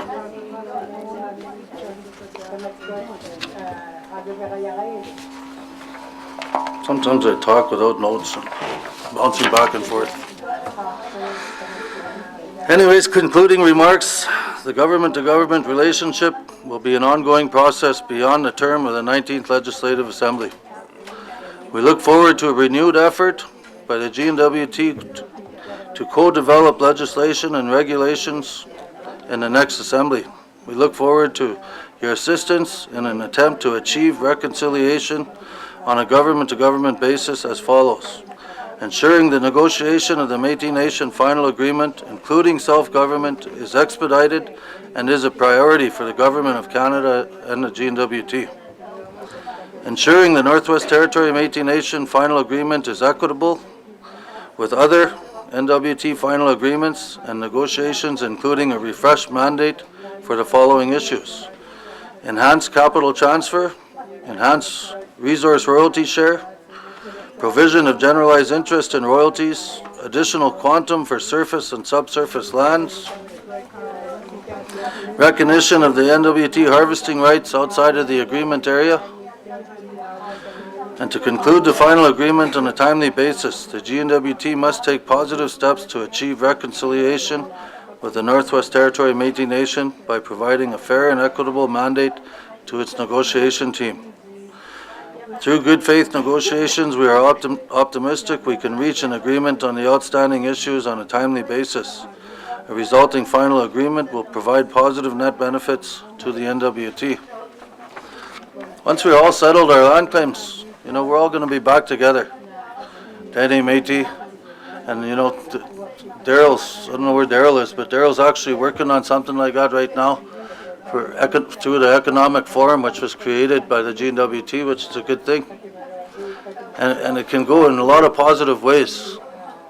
I think that's what we all need to focus on. You know, the Aboriginal people were 52% of the North. We believe in partnerships and working with the GNWT. I mentioned keeping all the work in the Northwest Territories, giving us 52% of all the contracts in the Northwest Territories as an Aboriginal group. Right here, this could be our group. We could work together in building the economy. Finalizing these claims is going to bring millions of dollars to the North into our economy. I'm not going to take our money and move to France or somewhere. I'm going to be here. That's where our people are going to be. Our people are going to be working off the social services and hopefully off the drugs and alcohol that's really hitting our communities right now really hard. So with that, much Joe.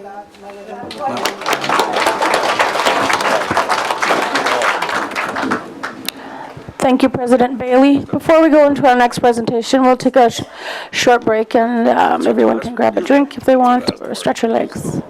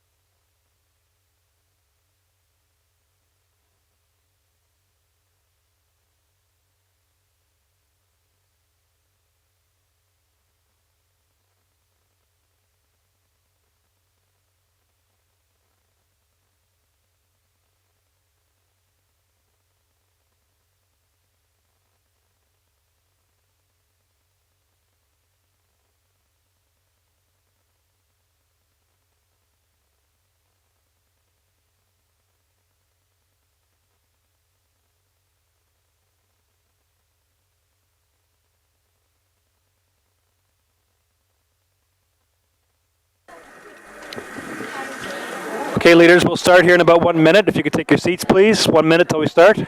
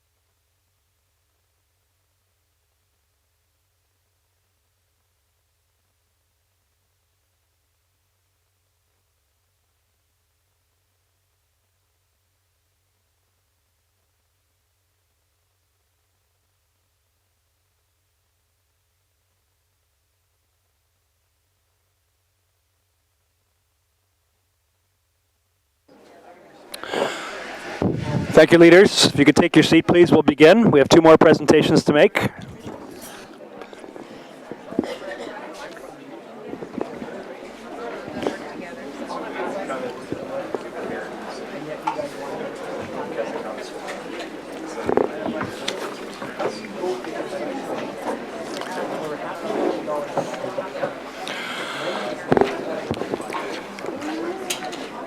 Next on our list, we have representatives from the Salt River First Nation.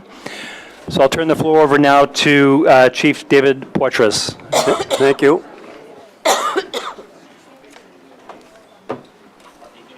Now that you're all tired, I'll finish the job and put you all to sleep.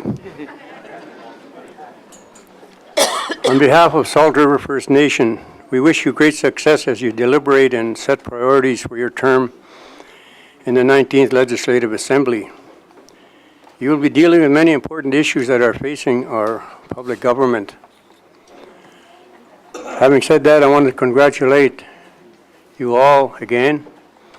And I'm really proud that we have 9 women elected to this 19th Legislative Assembly.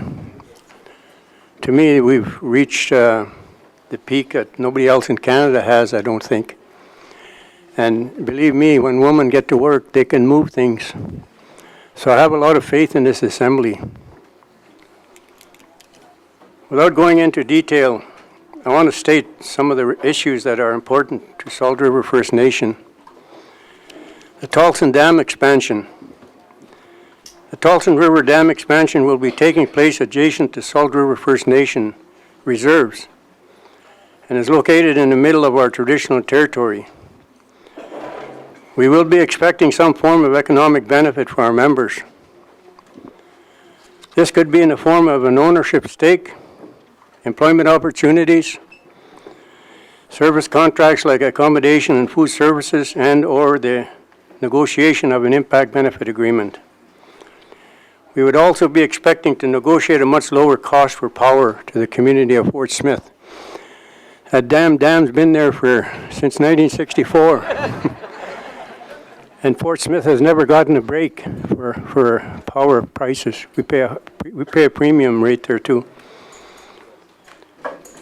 Wellness services. In the area of wellness services, we hope to see the GNWT providing a much stronger delivery of prevention programs for children and youth. Prevention activities now will save future treatment dollars and health costs.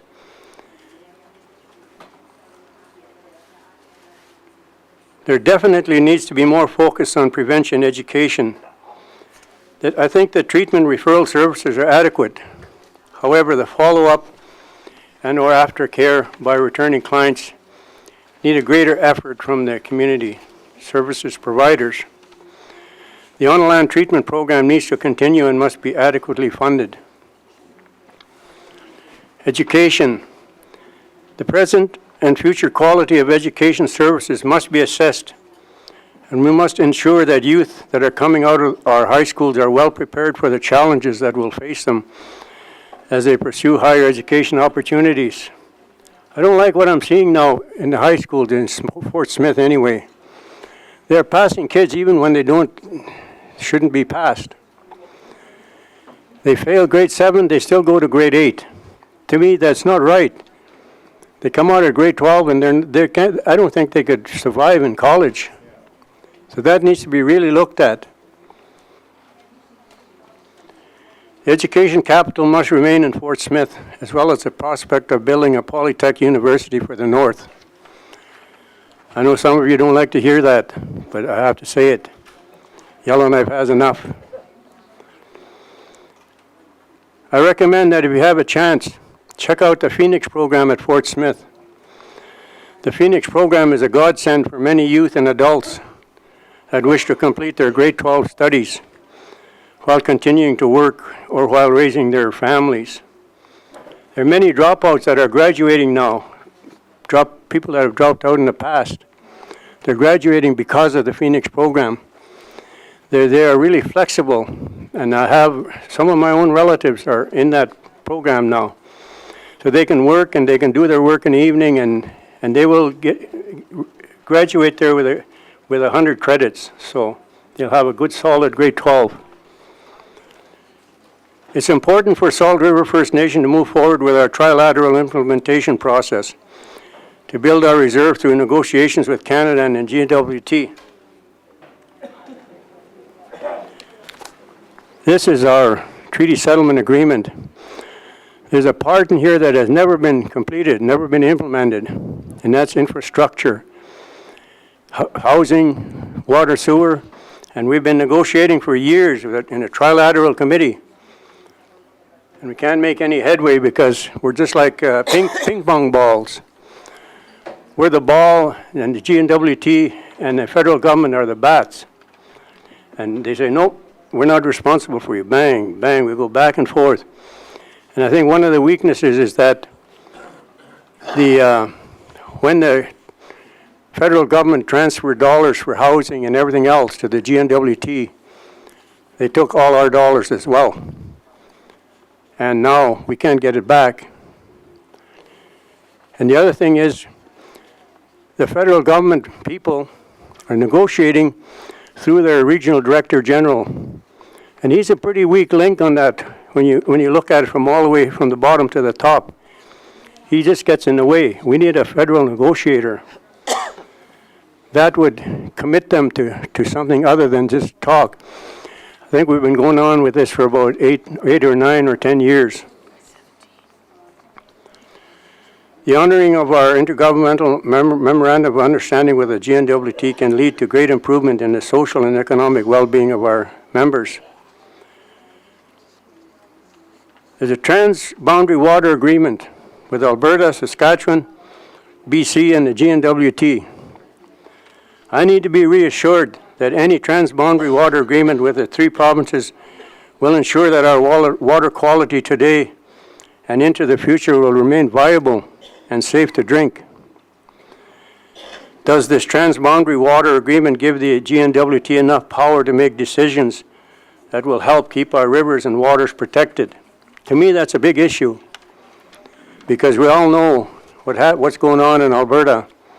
And, you know, if they want to do their oil, and they still need to remember that it's us that are going to be drinking the water. Housing.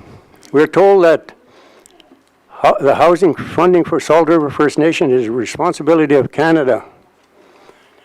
But the federal government sends us to the GNWT.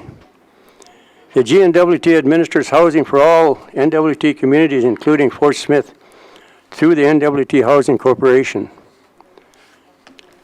I'd like to know how many workers the Housing Corporation employs just in Yellowknife alone.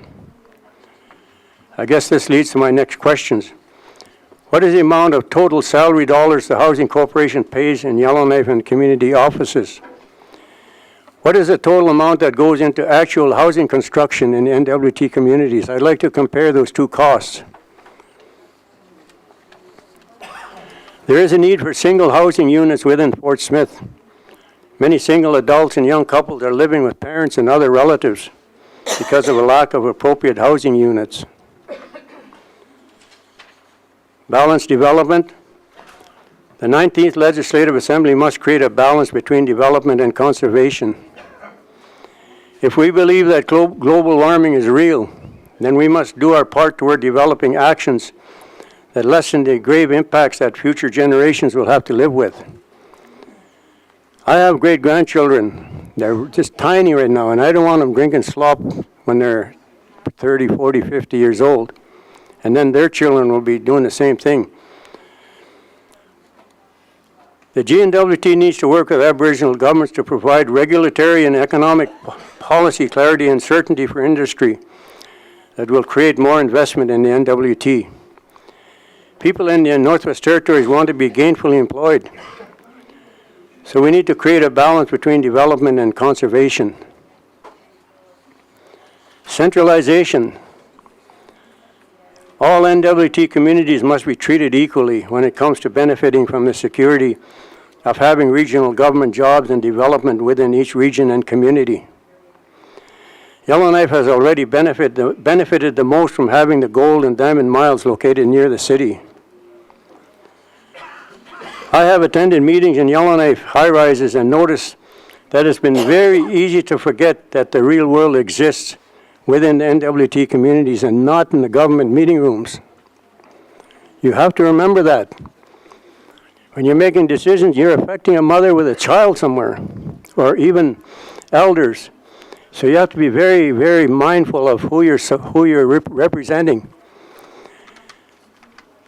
You exist for the communities. The communities don't exist for you. You have to remember that as a government. We put you in there to make good decisions for the communities.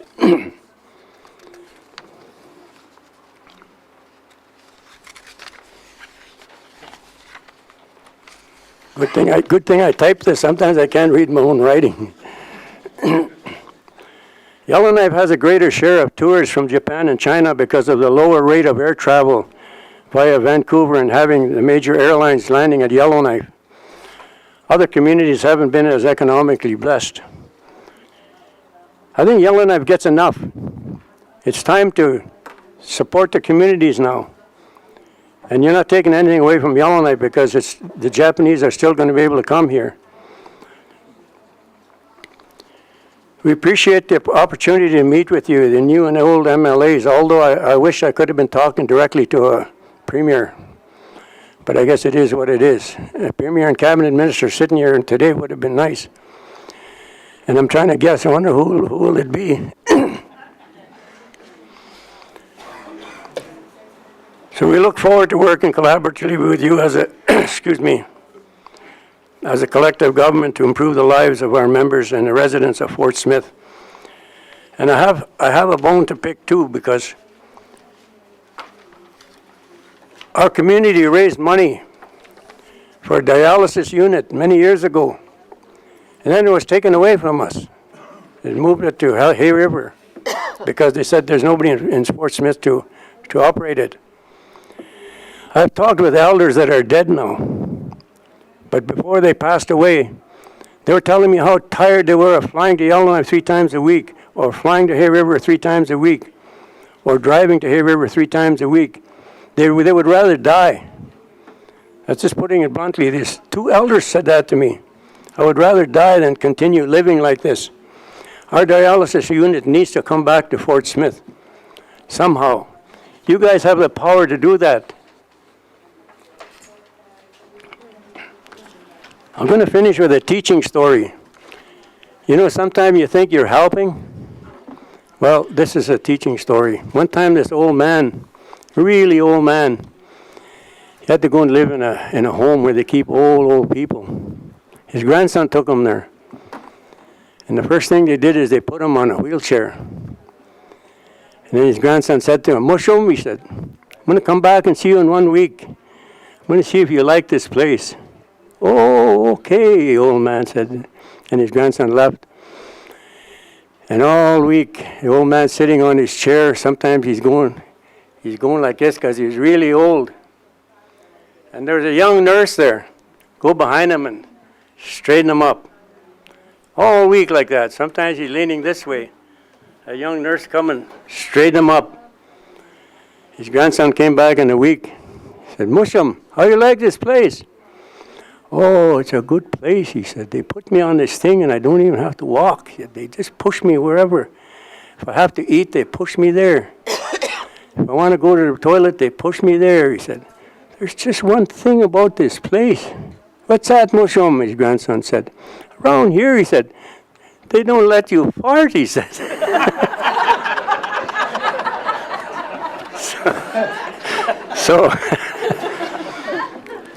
So yeah, make your decisions.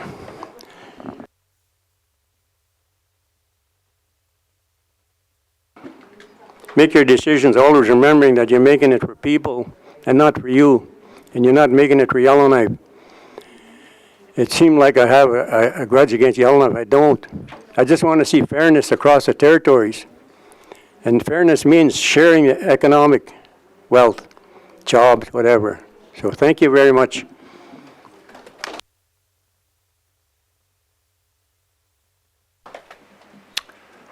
Thank you, Chief Patra, for Salt River First Nation, for your presentation. Up next, and our final presentation for today, is the Gwich'in government with Grand Chief George Mackenzie.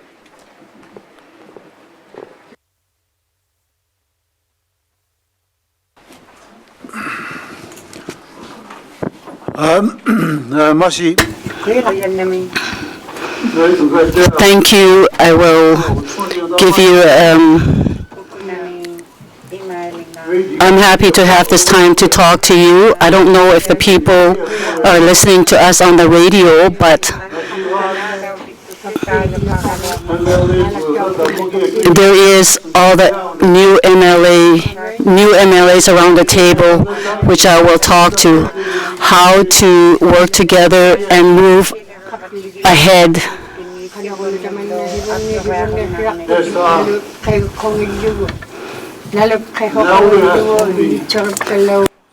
Different elders. That's how I'll start off. When you speak from the heart. It's the best way to get your message across. Speak on what you have done, what you're capable of thinking of doing.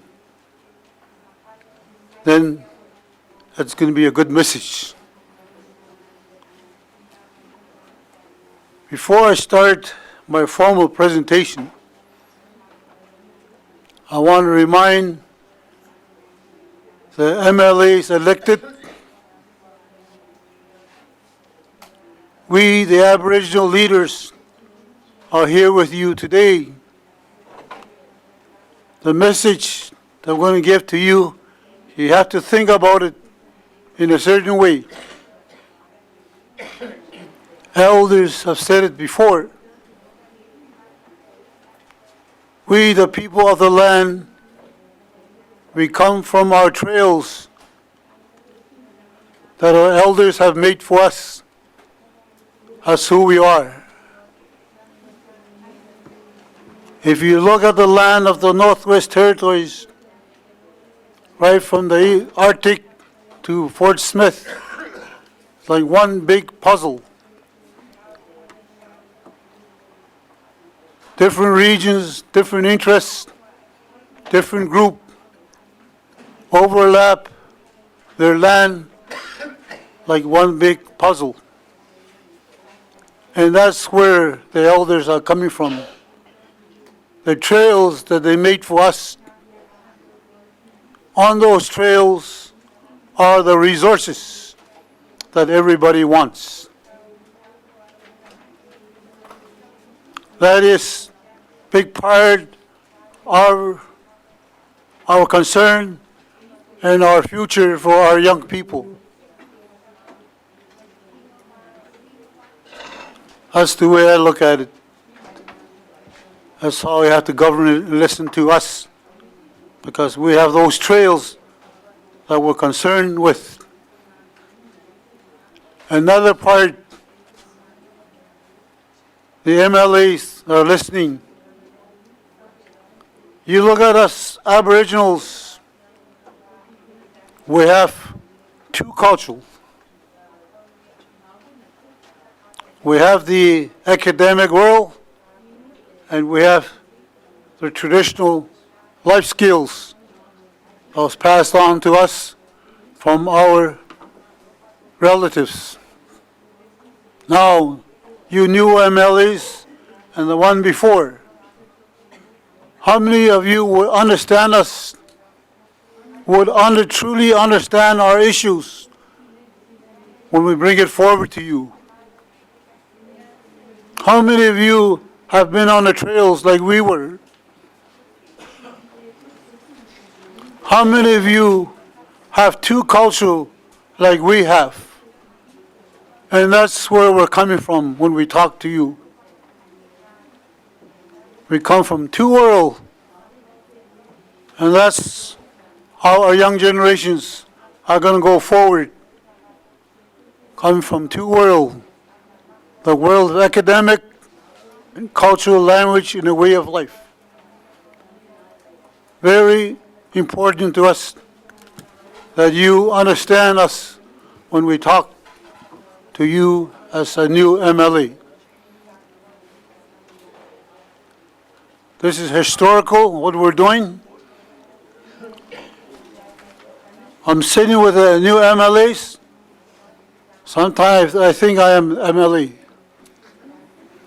I don't know, it's scary or what? But I am a chief.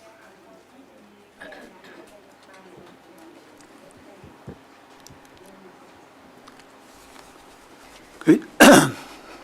Congratulations to each of you for your successful election as a member of 19th Legislative Assembly of the Northwest Territories.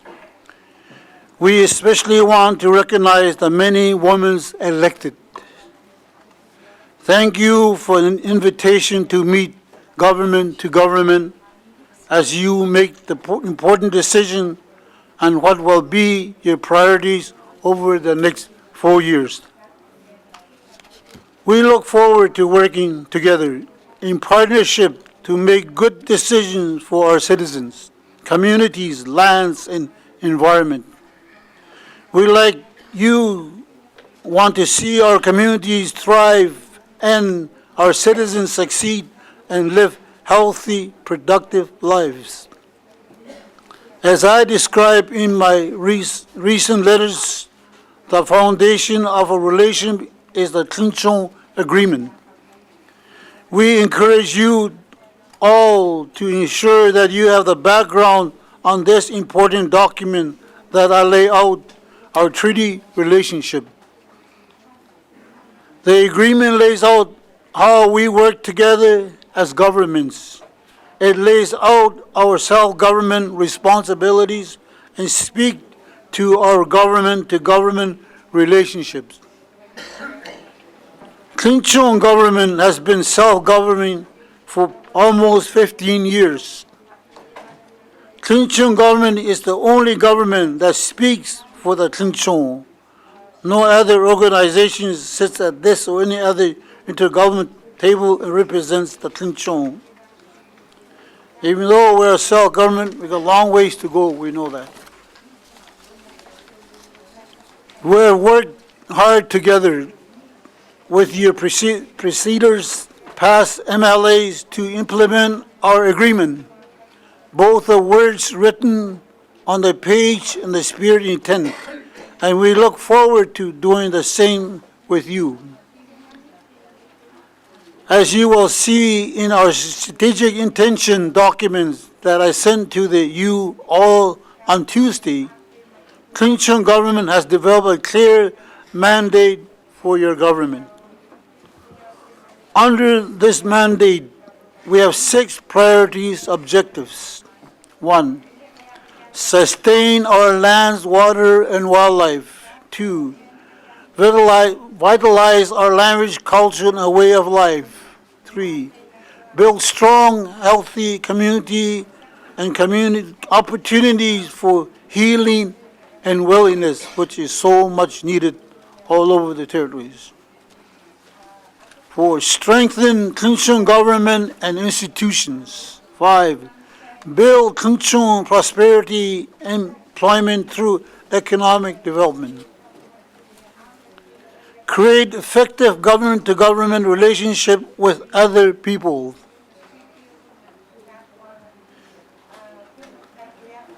We have identified actions for our government for each of these objectives and encourage you to review this document to assist in setting your priorities. It is important for us to work together to achieve successful outcome of our communities and citizens. Over the course of the last assembly, we did achieve success. The development and the construction of the Klinchung All-Season Road being an excellent example of true collaboration between our governments.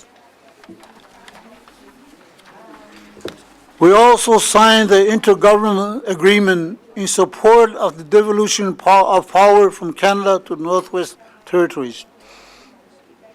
It is important for us all to remember that our support of the devolution was premises on the movement of power to communities and government across the Northwest Territories, and not just to the office of the NWT or Yellowknife alone. We must explore how we share our power and responsibility throughout the NWT. Our government-to-government relationship achieved good things during the last assembly.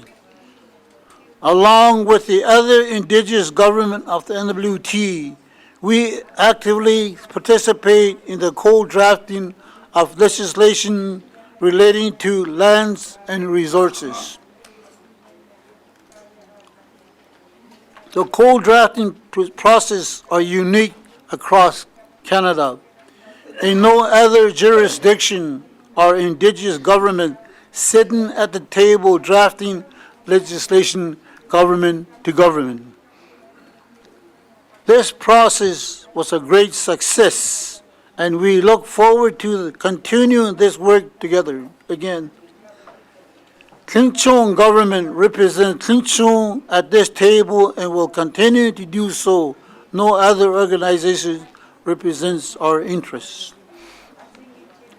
We also look forward to ongoing discussions at the Intergovernmental Council and encourage all members of the Legislative Assembly to actively engage in this important relationship so you will all be informed, engaged, and supportive of the work we do together.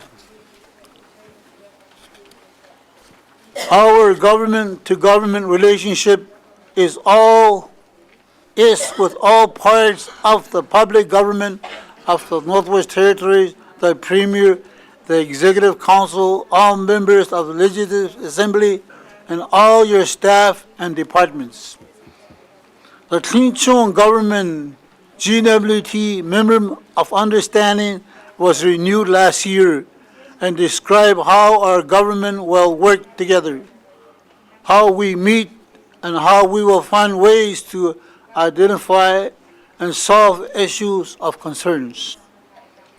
We look forward to our first meeting with a new Premier and Cabinet in accordance with this MOU, and as already stated, finding ways to connect with all members of the Assembly.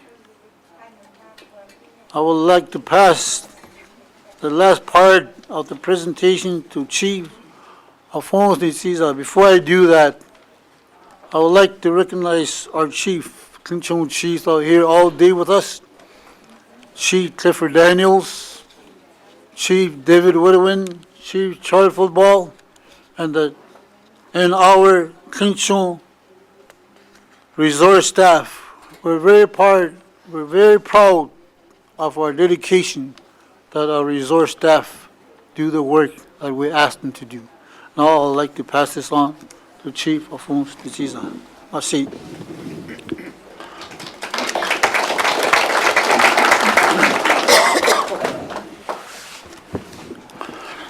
Merci, Grand Chief. Merci, it's good to be here. I want to continue on with the presentation. As you develop your priorities and mandate, we want to share with you important issues and priorities for the Klinchon region. Support for Indigenous priorities and initiatives.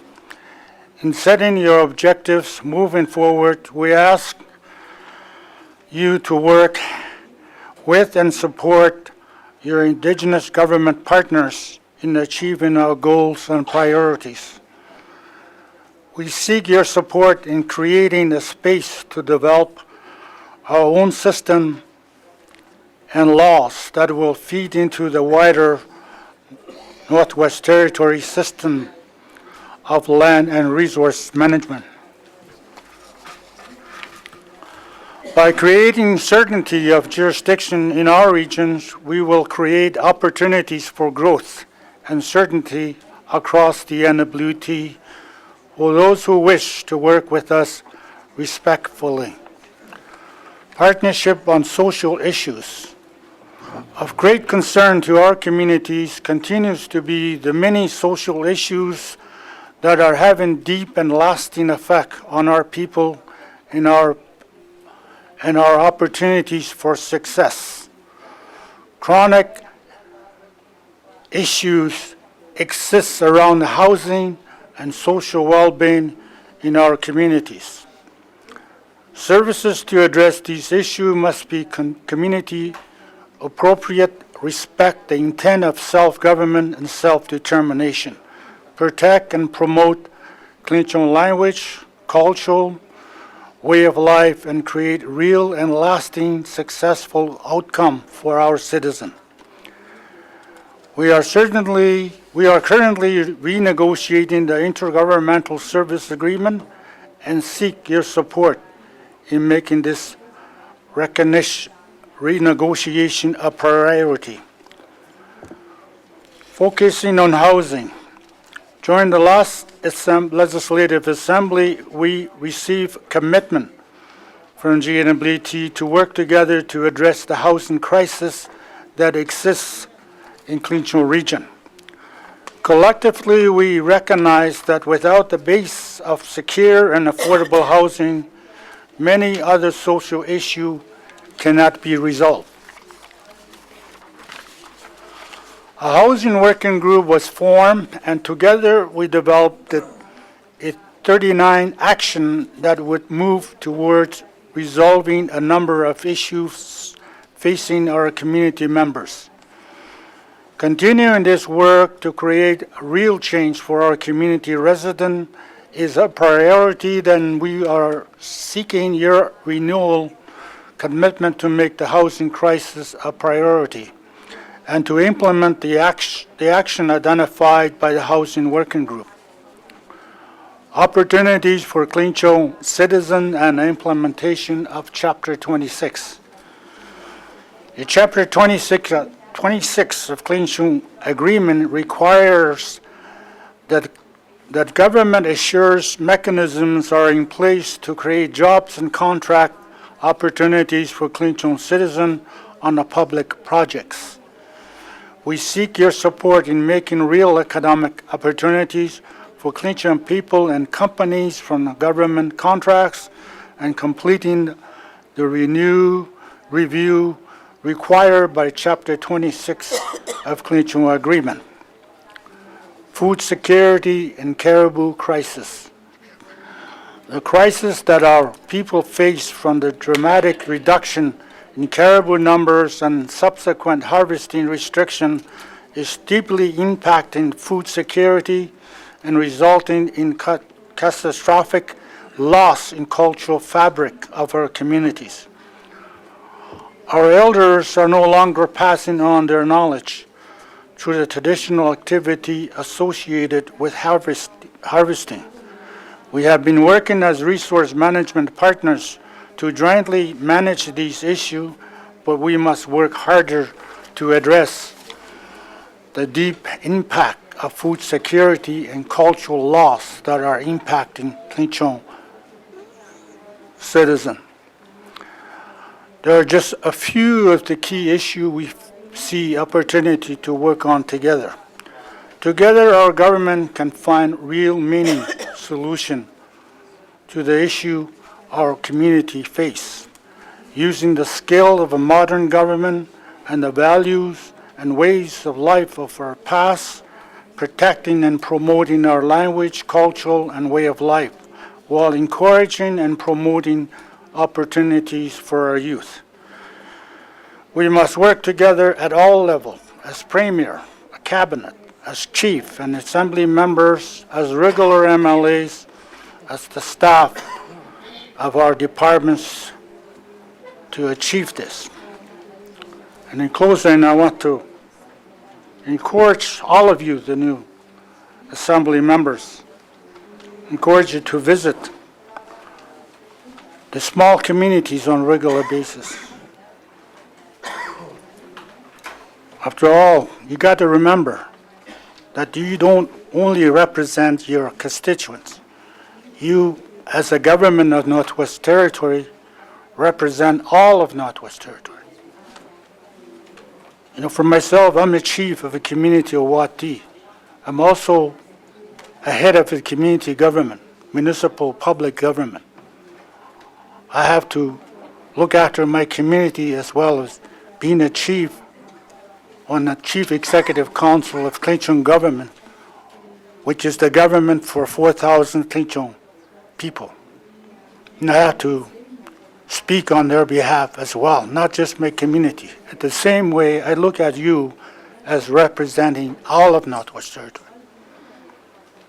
It's very important because people at the community where the issues are really understand what could be done to resolve these. We can't do it alone. As a Gwich'in government, we quickly learned right away that we cannot work in isolation. We have to reach out. We have to work and partner with other government, industries, to get things done. You know, I just want to close by saying that, you know, there was a little incident this afternoon when my friend, President of Métis Nation, was speaking. There was a little interruption here. Somebody was speaking loud in the back there, was distracting, and later was banging on the window outside. Those are the real issue we're talking about out there in every of our community. Now, we're going to have to do something and not just talk.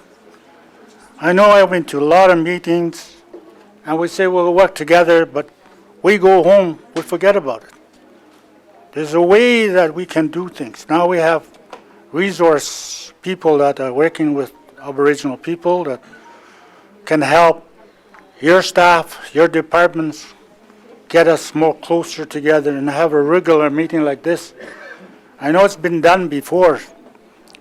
Somehow it just fall off the radar, but I hope that we pick it up again so that we can really mean what we mean when we want to work together and get things done. So make life better for our citizens across the territory.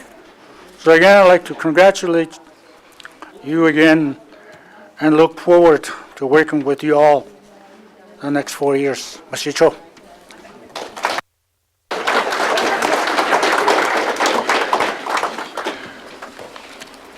Thank you, Grand Chief Mackenzie and Chief Ntsiza, Gwich'in government.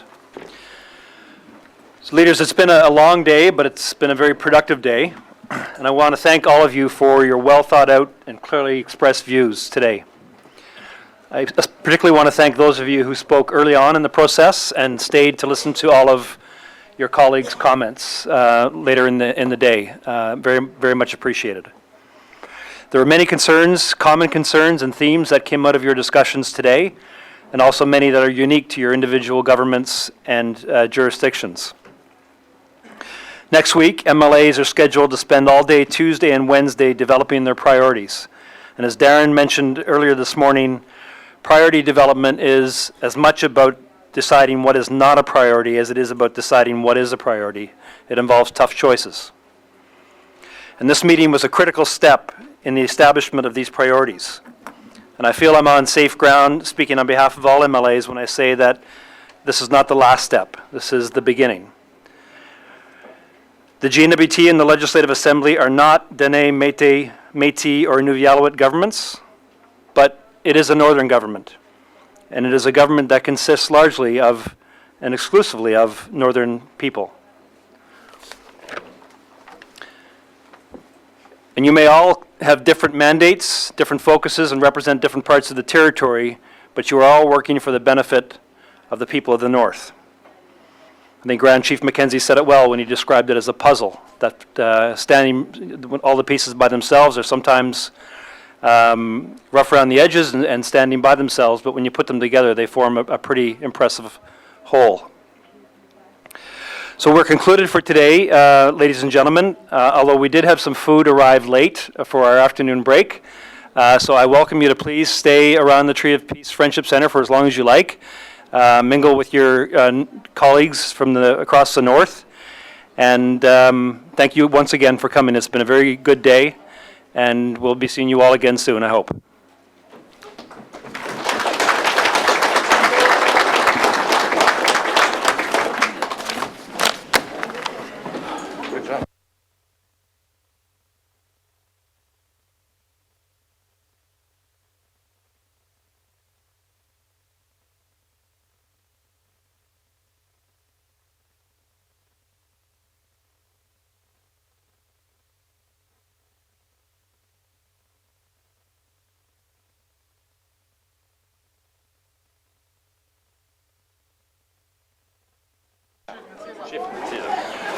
Ladies and gentlemen, it's been suggested that we do a closing prayer. So I'll call upon Grand Chief George Mackenzie to lead us in a closing prayer, please.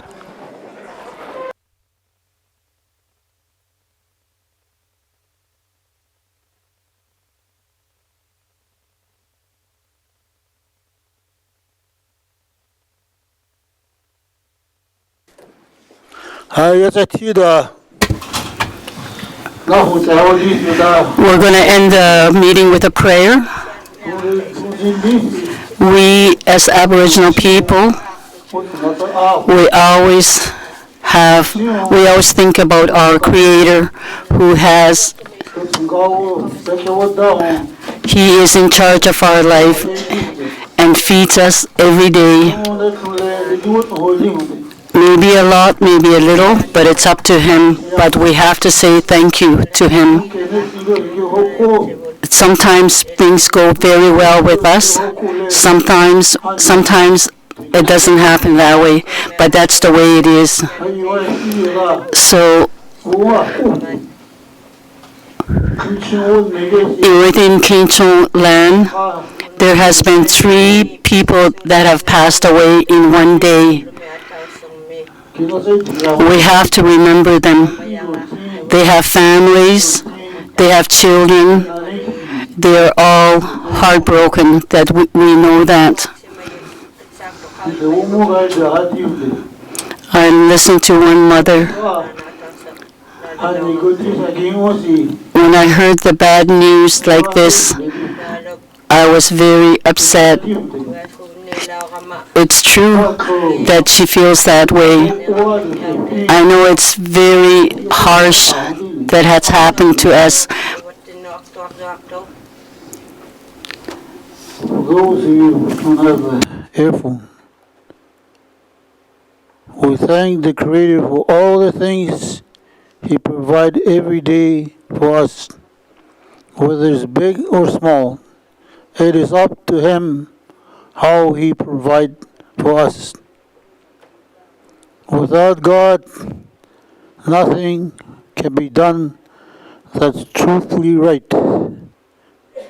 With Him in our heart, as hard it is, we will work things out together for the good of the people that we serve. On this world, sometimes things go well with us, sometimes it does not. We have no control over it. Like this past week here in Gwich'in land, and wherever else people are sick. We've lost 3 young people in one day. It's a huge loss,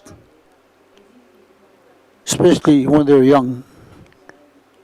I talked to the mother last night and said, I don't like the way the news came to me. What she meant by that is the young generations have to know how to handle the situation.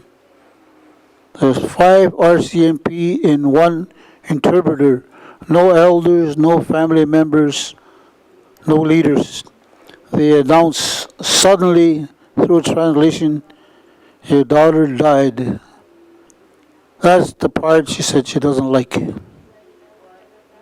Because of that, she's taking it hard, and the other 2 family are taking it hard.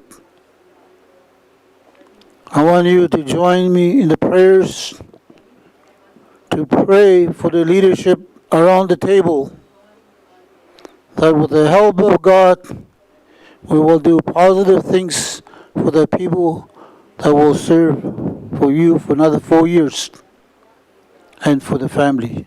We'll say the All Father together. First, we'll make the sign of the cross.